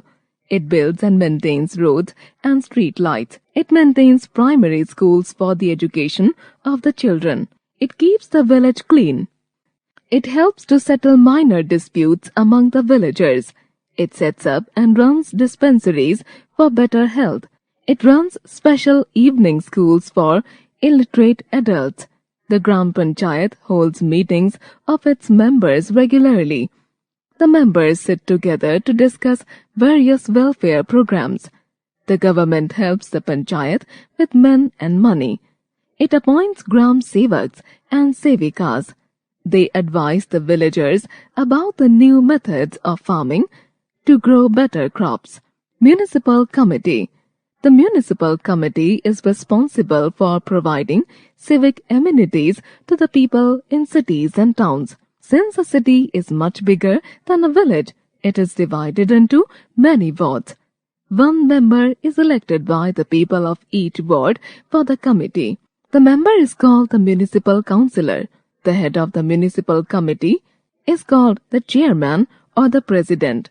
In big cities like Mumbai, Delhi, Kolkata and Chennai, the municipal committees are called municipal corporations. The head of the municipal corporation is called the mayor. Roles of a municipal committee. It provides clean drinking water. It keeps the city clean. It maintains roads and street lights. It opens and runs dispensaries and clinics. It provides free education for children. It organizes literacy programs for adults. It builds parks and playgrounds. It arranges fairs and exhibitions. It registers deaths and births. The municipal committee needs a lot of money to implement these programs. It gets money from the public in the form of house tax, water tax, road tax, and toll tax. The government also gives grants to the committee for welfare schemes. We must cooperate with the village panchayat and municipal committee in their work to make the life of the people better and happy. Points to remember. The village panchayat carries out its welfare schemes in a village. The municipal committee carries out its welfare schemes in a city. Chapter 4. Means of transport. We use transport to go from one place to another. We also use transport to carry heavy loads and objects to near and far off places. Land transport, air transport, and water transport are the three chief means of transport. Land transport. Animals and vehicles that move on land are called means of land transport. In villages, people use animals such as bullocks, horses, donkeys, camels, and elephants to carry people and goods from one place to another. In towns and villages, the common means of land transport are buses, cars, trucks, vans, scooters, motorcycles, and bicycles. People also use trains to travel long distances. Since India is a big country, railway is the most convenient means of transport. Local trains run in the big cities like Delhi, Mumbai, Kolkata, and Chennai. These cities also have the underground local trains called the metro. Water transport. Means of water transport move on water. Ships, boats, ferries, and steamers are common means of water transport. Boats, yacht, and steamers are some means of water transport that move in rivers. Ships carry passengers and huge quantities of goods to other countries. Ships need a port for loading and unloading goods. Mumbai port is India's biggest and busiest port. Air transport. Means of transport that move in air are known as air transport. It is a highly expensive transport. The fastest means of air transport are aeroplanes and helicopters. Aeroplanes land and take off from the airports. Helicopters are used to reach the places where airports are not available. Means of transport have brought us closer to our dear ones. They are really the lifelines of our country. Here are the names of some international airports and the cities where they are located. International airports. Cities. Indira Gandhi International Airport, New Delhi. Chhatrapati Shivaji International Airport, Mumbai. Netaji Subhash Chandra Bose International Airport, Kolkata. Meenambakam International Airport, Chennai. Sardar Vallabhbhai Patel International Airport, Ahmedabad. Rajasansi International Airport, Amritsar. Points to remember. Various means of transport help in carrying passengers and goods. The means of transport are the lifelines of our country. Aeroplanes are the fastest means of transport. Chapter 5. Means of communication. Communication means sending and receiving messages. We have different means of communication. Means of communication help us to send and receive messages from different parts of the world. Postal system. There are several forms of letters such as postcards, inland letters, and envelopes. We get them from the post offices. We drop the letters in letter boxes after writing messages. These letters are then carried to different places by road, rail, air, or water transport. For proper delivery, we should write the complete address along with the PIN code on the letter. The inland letters take 3 to 4 days to reach the addressee. We should send our urgent letters through speed post or courier mail. Telephone. Telephone is the fastest means of communication. We can talk to a person directly over the phone. There is a good network of telephone exchanges all over India. The STD and ISD services connect us to any place in India or the world. The telecommunication has become very popular with the coming of mobile phones. They have an advantage that they can be carried along wherever we go. We can send or receive instant messages or SMS, short message service, through the mobile phones. If a fax machine is attached to the telephone, we can send or receive written messages instantly through it. Mass media. At times, we need to send messages and information to a large number of people at the same time. We can do this through newspapers, radio, and television. These are called mass media, as they help to communicate with a large number of people at the same time. Newspapers are the oldest and cheapest means of mass communication. We get detailed news of events occurring in our country as well as in the world from newspapers. Radio is the first wireless means of communication. It sends news through the air. Even illiterate persons can understand news and other programs on a radio easily. Television is the most popular means of communication. It brings us visual images. It also shows live events as they occur in any part of the world. For example, we can watch a cricket match in Delhi while it is being played in London at the same time. Today, many channels are available in a TV set. Satellites. A number of satellites have been launched and revolve around the Earth into space. They help to send telephone messages and TV programs around the world instantly. Satellites also help us to watch live programs on TV sets. Computers. Computers are the latest means of communication. We can send emails, electronic mails, instantly through a computer. The main advantage in sending messages through email is that it is paperless. It does not require paper. Points to remember. We should always write the proper and complete address with PIN code on our letters. Newspapers are the cheapest means of communication. Radio is the first wireless means of communication. Newspapers, radio, and television are the means of mass media. Computers are the latest means of communication. Chapter 6. Delhi. Delhi is the third biggest city of India, next to Mumbai and Kolkata. Its population has crossed 1 crore mark. Delhi is located on the banks of the river Yamuna. This city is one of the famous cities of ancient India.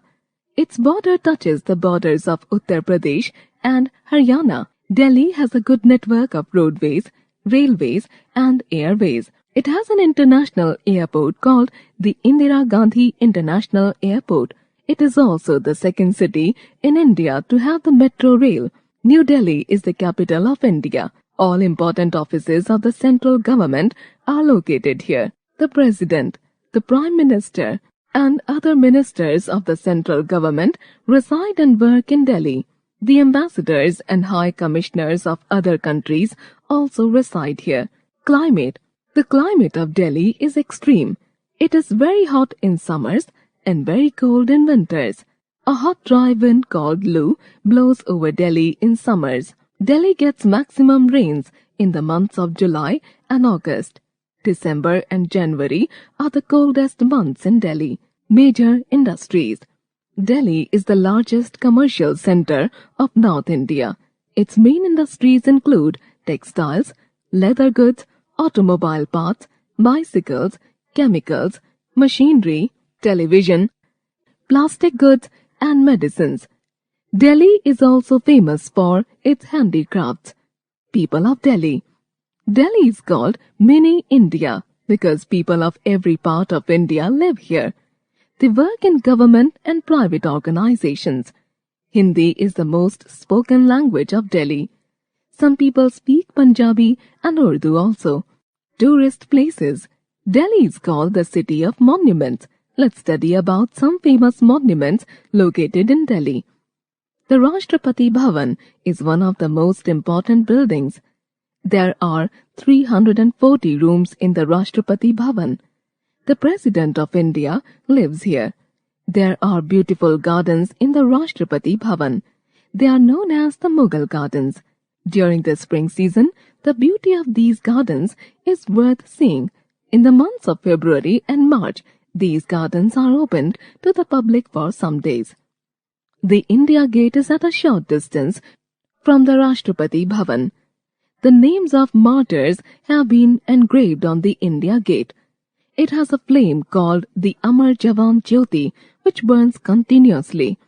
Every year, just before Republic Day parade on January 26, the President pays homage to the martyrs on behalf of the whole nation. The Central Secretariat is also located near the Rashtrapati Bhavan. The main offices of the Government of India are situated in the Central Secretariat. The office of the Prime Minister of India is also situated here. The Parliament House is a circular building situated near the Rashtrapati Bhavan. The meetings of the Lok Sabha and Rajya Sabha are held here. All the laws of our country are passed in the Parliament House. The Qutub Minar was built by Sultan Qutbuddin Aibak. It is 72.5 meters high and has 376 steps. It has 5 stories. It is the tallest freestanding stone tower in the world.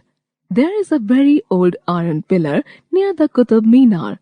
It was made several hundred years ago. Even today, no sign of rust is seen on this pillar. The Jama Masjid, the largest mosque of India, is located near the Red Fort. It was built by the Mughal Emperor Shah Jahan. 1 lakh people can offer their prayers, namaz, here at a time. The Red Fort is another important monument of Delhi. It was also built by the Mughal Emperor Shah Jahan. It is made up of red sandstone. Every year on Independence Day, our Prime Minister unfurls the national flag here. The Baha'i Temple is another example of India's great architecture. It is made of white marble. Its shape is like that of a lotus. That's why it is also known as the Lotus Temple. Other important places. There are many places of children's interest in Delhi. The Zoological Park, National Science Center, Doll Museum, and Nehru Planetarium are very popular among the children. Delhi also has a large number of places of worship for all religions. The most famous are Birla Mandir, Lakshmi Narayan Temple, Akshardham Temple, Chhatarpur Mandir, Gurdwara Shishganj, and Gurdwara Bangla Sahib. Points to remember. Delhi is the 3rd biggest city of India. Delhi is also called Mini India because people from all parts of the country live here. Delhi is the biggest commercial center in North India. Delhi has many historical and religious monuments.